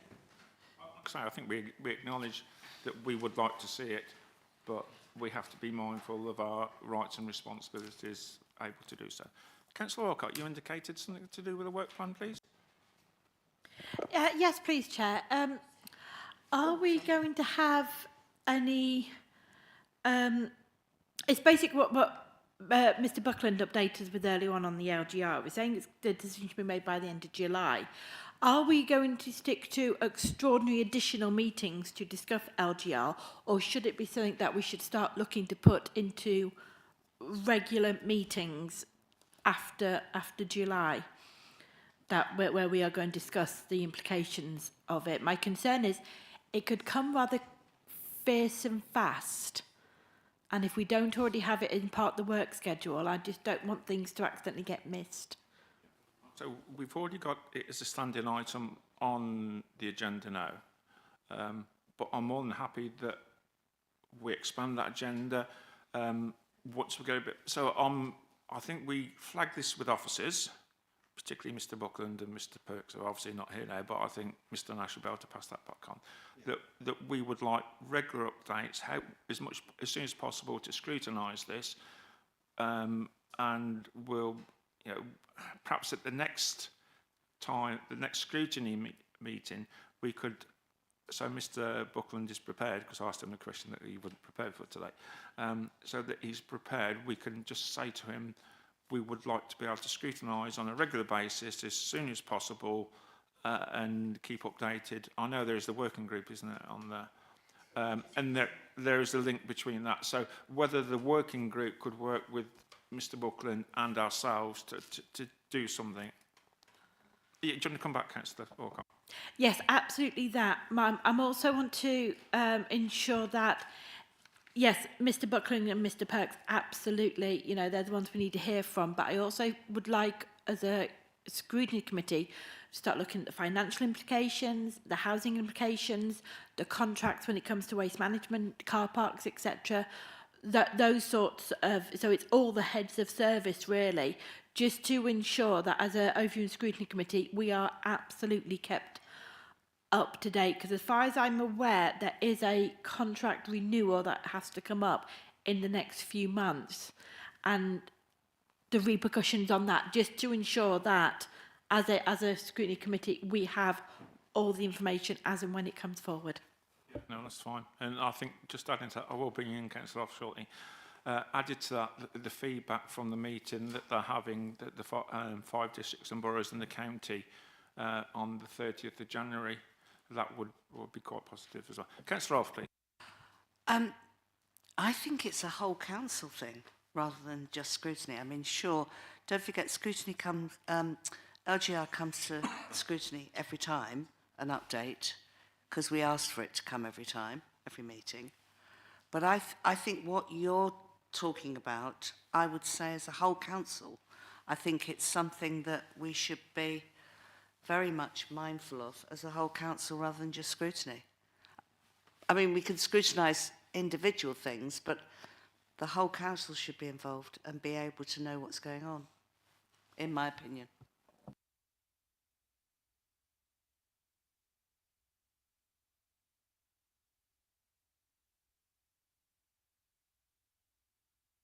Yeah, I think that Mr Nash has just said that the chair of the council and chief exec, etc., will update the council anyway. The way I would look at it is that we would have more time to look as a scrutiny committee in detail about things than the whole council meeting itself. So that's, and we could report back or whatever to council in a report as well. Maybe, I'm just thinking off the hoof, you might be thinking I'm talking rubbish as usual, but I think we've got more time here to scrutinise it in a meeting than we have at a full council meeting. Councillor Rolfe, please. I slightly disagree with you there. I think that anything that affects this whole council as a whole should be discussed by the whole council, given the opportunity for the whole council. Anything major, we should all know. Look, don't get me wrong, we are a good scrutiny committee and we can scrutinise individual stuff, but the sort of, as I said, the sort of stuff that Victoria was kind of talking about should be put to the whole council for scrutiny, for questioning. The only problem is full council's not a scrutiny committee as such. But what I'm saying is that the basis of a report from scrutiny to full council would say what we've looked at, and therefore it could generate debate at full council to see whether things have been missed or people are aware, or full council is not happy that scrutiny have done their role, have done enough, and they need to expand their remit and look at it as well. I still think that we've got more time to look at these in detail than scrutiny. Unless we had a special extraordinary meeting at full council, and how often would you have that? It's just a thought. So I think if we can go away and have some thoughts about this, we have briefings, but I'm mindful that we have a scrutiny role. But Councillor Rolfe is right that full council should have some say or some view on this as well. Councillor Keithley, do you want to come in, and then Councillor Wellogans? Councillor Littlewood was probably going to comment about the work of the group that's been set up to oversee this. So let's hear from that, because I think we've already got something in place. The question is whether or not you want to add another layer of scrutiny to whatever is going on. I don't know the answer to that. Councillor Littlewood's about to tell us what that group's doing. Well, yes, Councillor Ross on the group as well. Yes, we are doing that, but I think the working group is more for guidance than for scrutiny, really, in that sense. But I see this as two. I agree with both aspects here.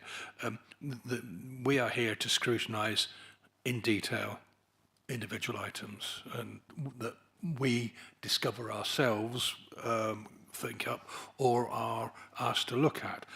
What else? I think what Councillor Alcott is also saying is that at full council, all members need to be well informed as to what's happening and where we are in the work timeline, as it were. And I think we need to do both. But there are different places to do it.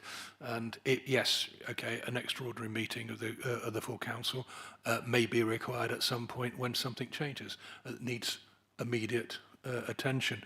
But we are really captured. We're not, as a council, we're not owners of our own destiny, as it were. It is definitely down to the government and how they are directing things need to be done in timeframes in which that they have to be done. So I think it is an extraordinarily different issue. Most important thing is everybody is informed. That's the most important thing. So councillors understand what's happening, and that is a function of the chief executive to make sure that we are informed. And within that, we need to see the individual aspects, particularly as we go towards the integration of whether it be a single or a bi-unitary authority, because that's when we will know what needs to be done. And at that point, the role of scrutiny will be very, very useful and very important. But all the way along, I'm rambling on here, I know, but all the way along, information needs to be given up to date. We're going through change, and those, I'm sure there's many around this chamber now who've worked in change management. And the best way of controlling change management and making it effective and making it successful is to keep everybody informed at all times. No, I totally agree with that. Councillor Keithley, please. Well, only to add, information really important. Everyone needs to be up to date. But the question you've got to ask, as probably of the chair of this committee, is what decisions that we are going to be taking as Stratford District Council do you feel should be under scrutiny? And there will be decisions we have to take, although a lot of stuff's being done to us, but we will be having to decide how to react to this, and it will be those decisions that you would want to consider scrutinising. Yeah, no, that's a fair point. And the only other thought I'd got is that we have a regular update from the Chief Exec on LGR. There's this the working group, and they obviously produce minutes and that.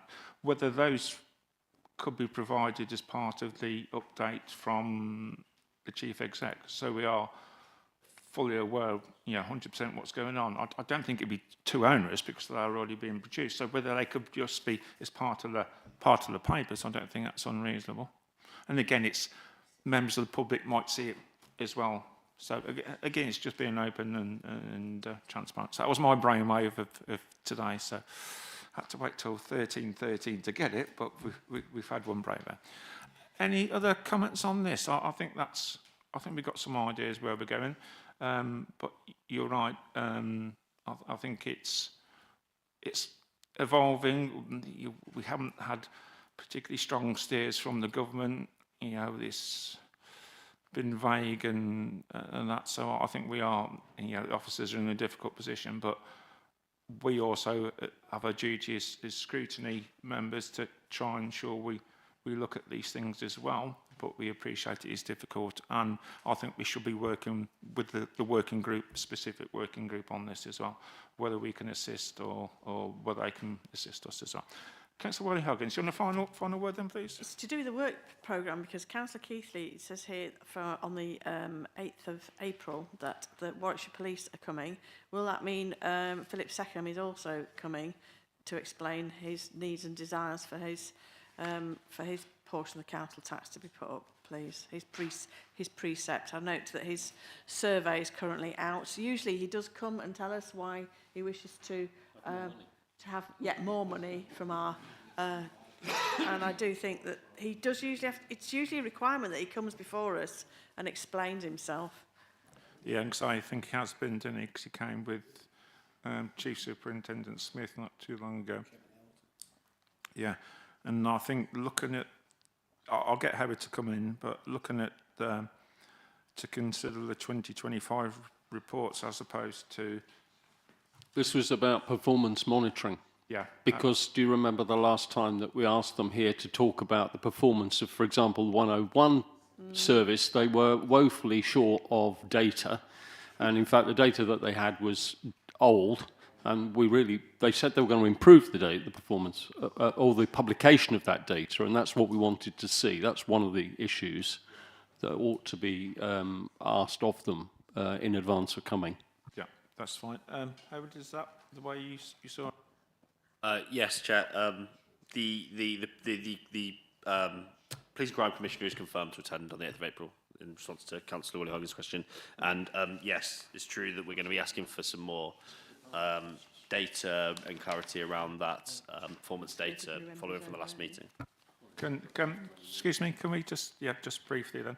I suppose that what we could do, trying to be slightly subtle about this, is that we consider the 2025 reports, the information, and then link it how the requests for 26-27 budget will help to improve the performance on that data.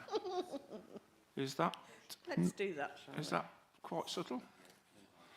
Not subtle at all, actually. So you didn't. We happy with that, members? Yeah. Right then, moving swiftly on. We are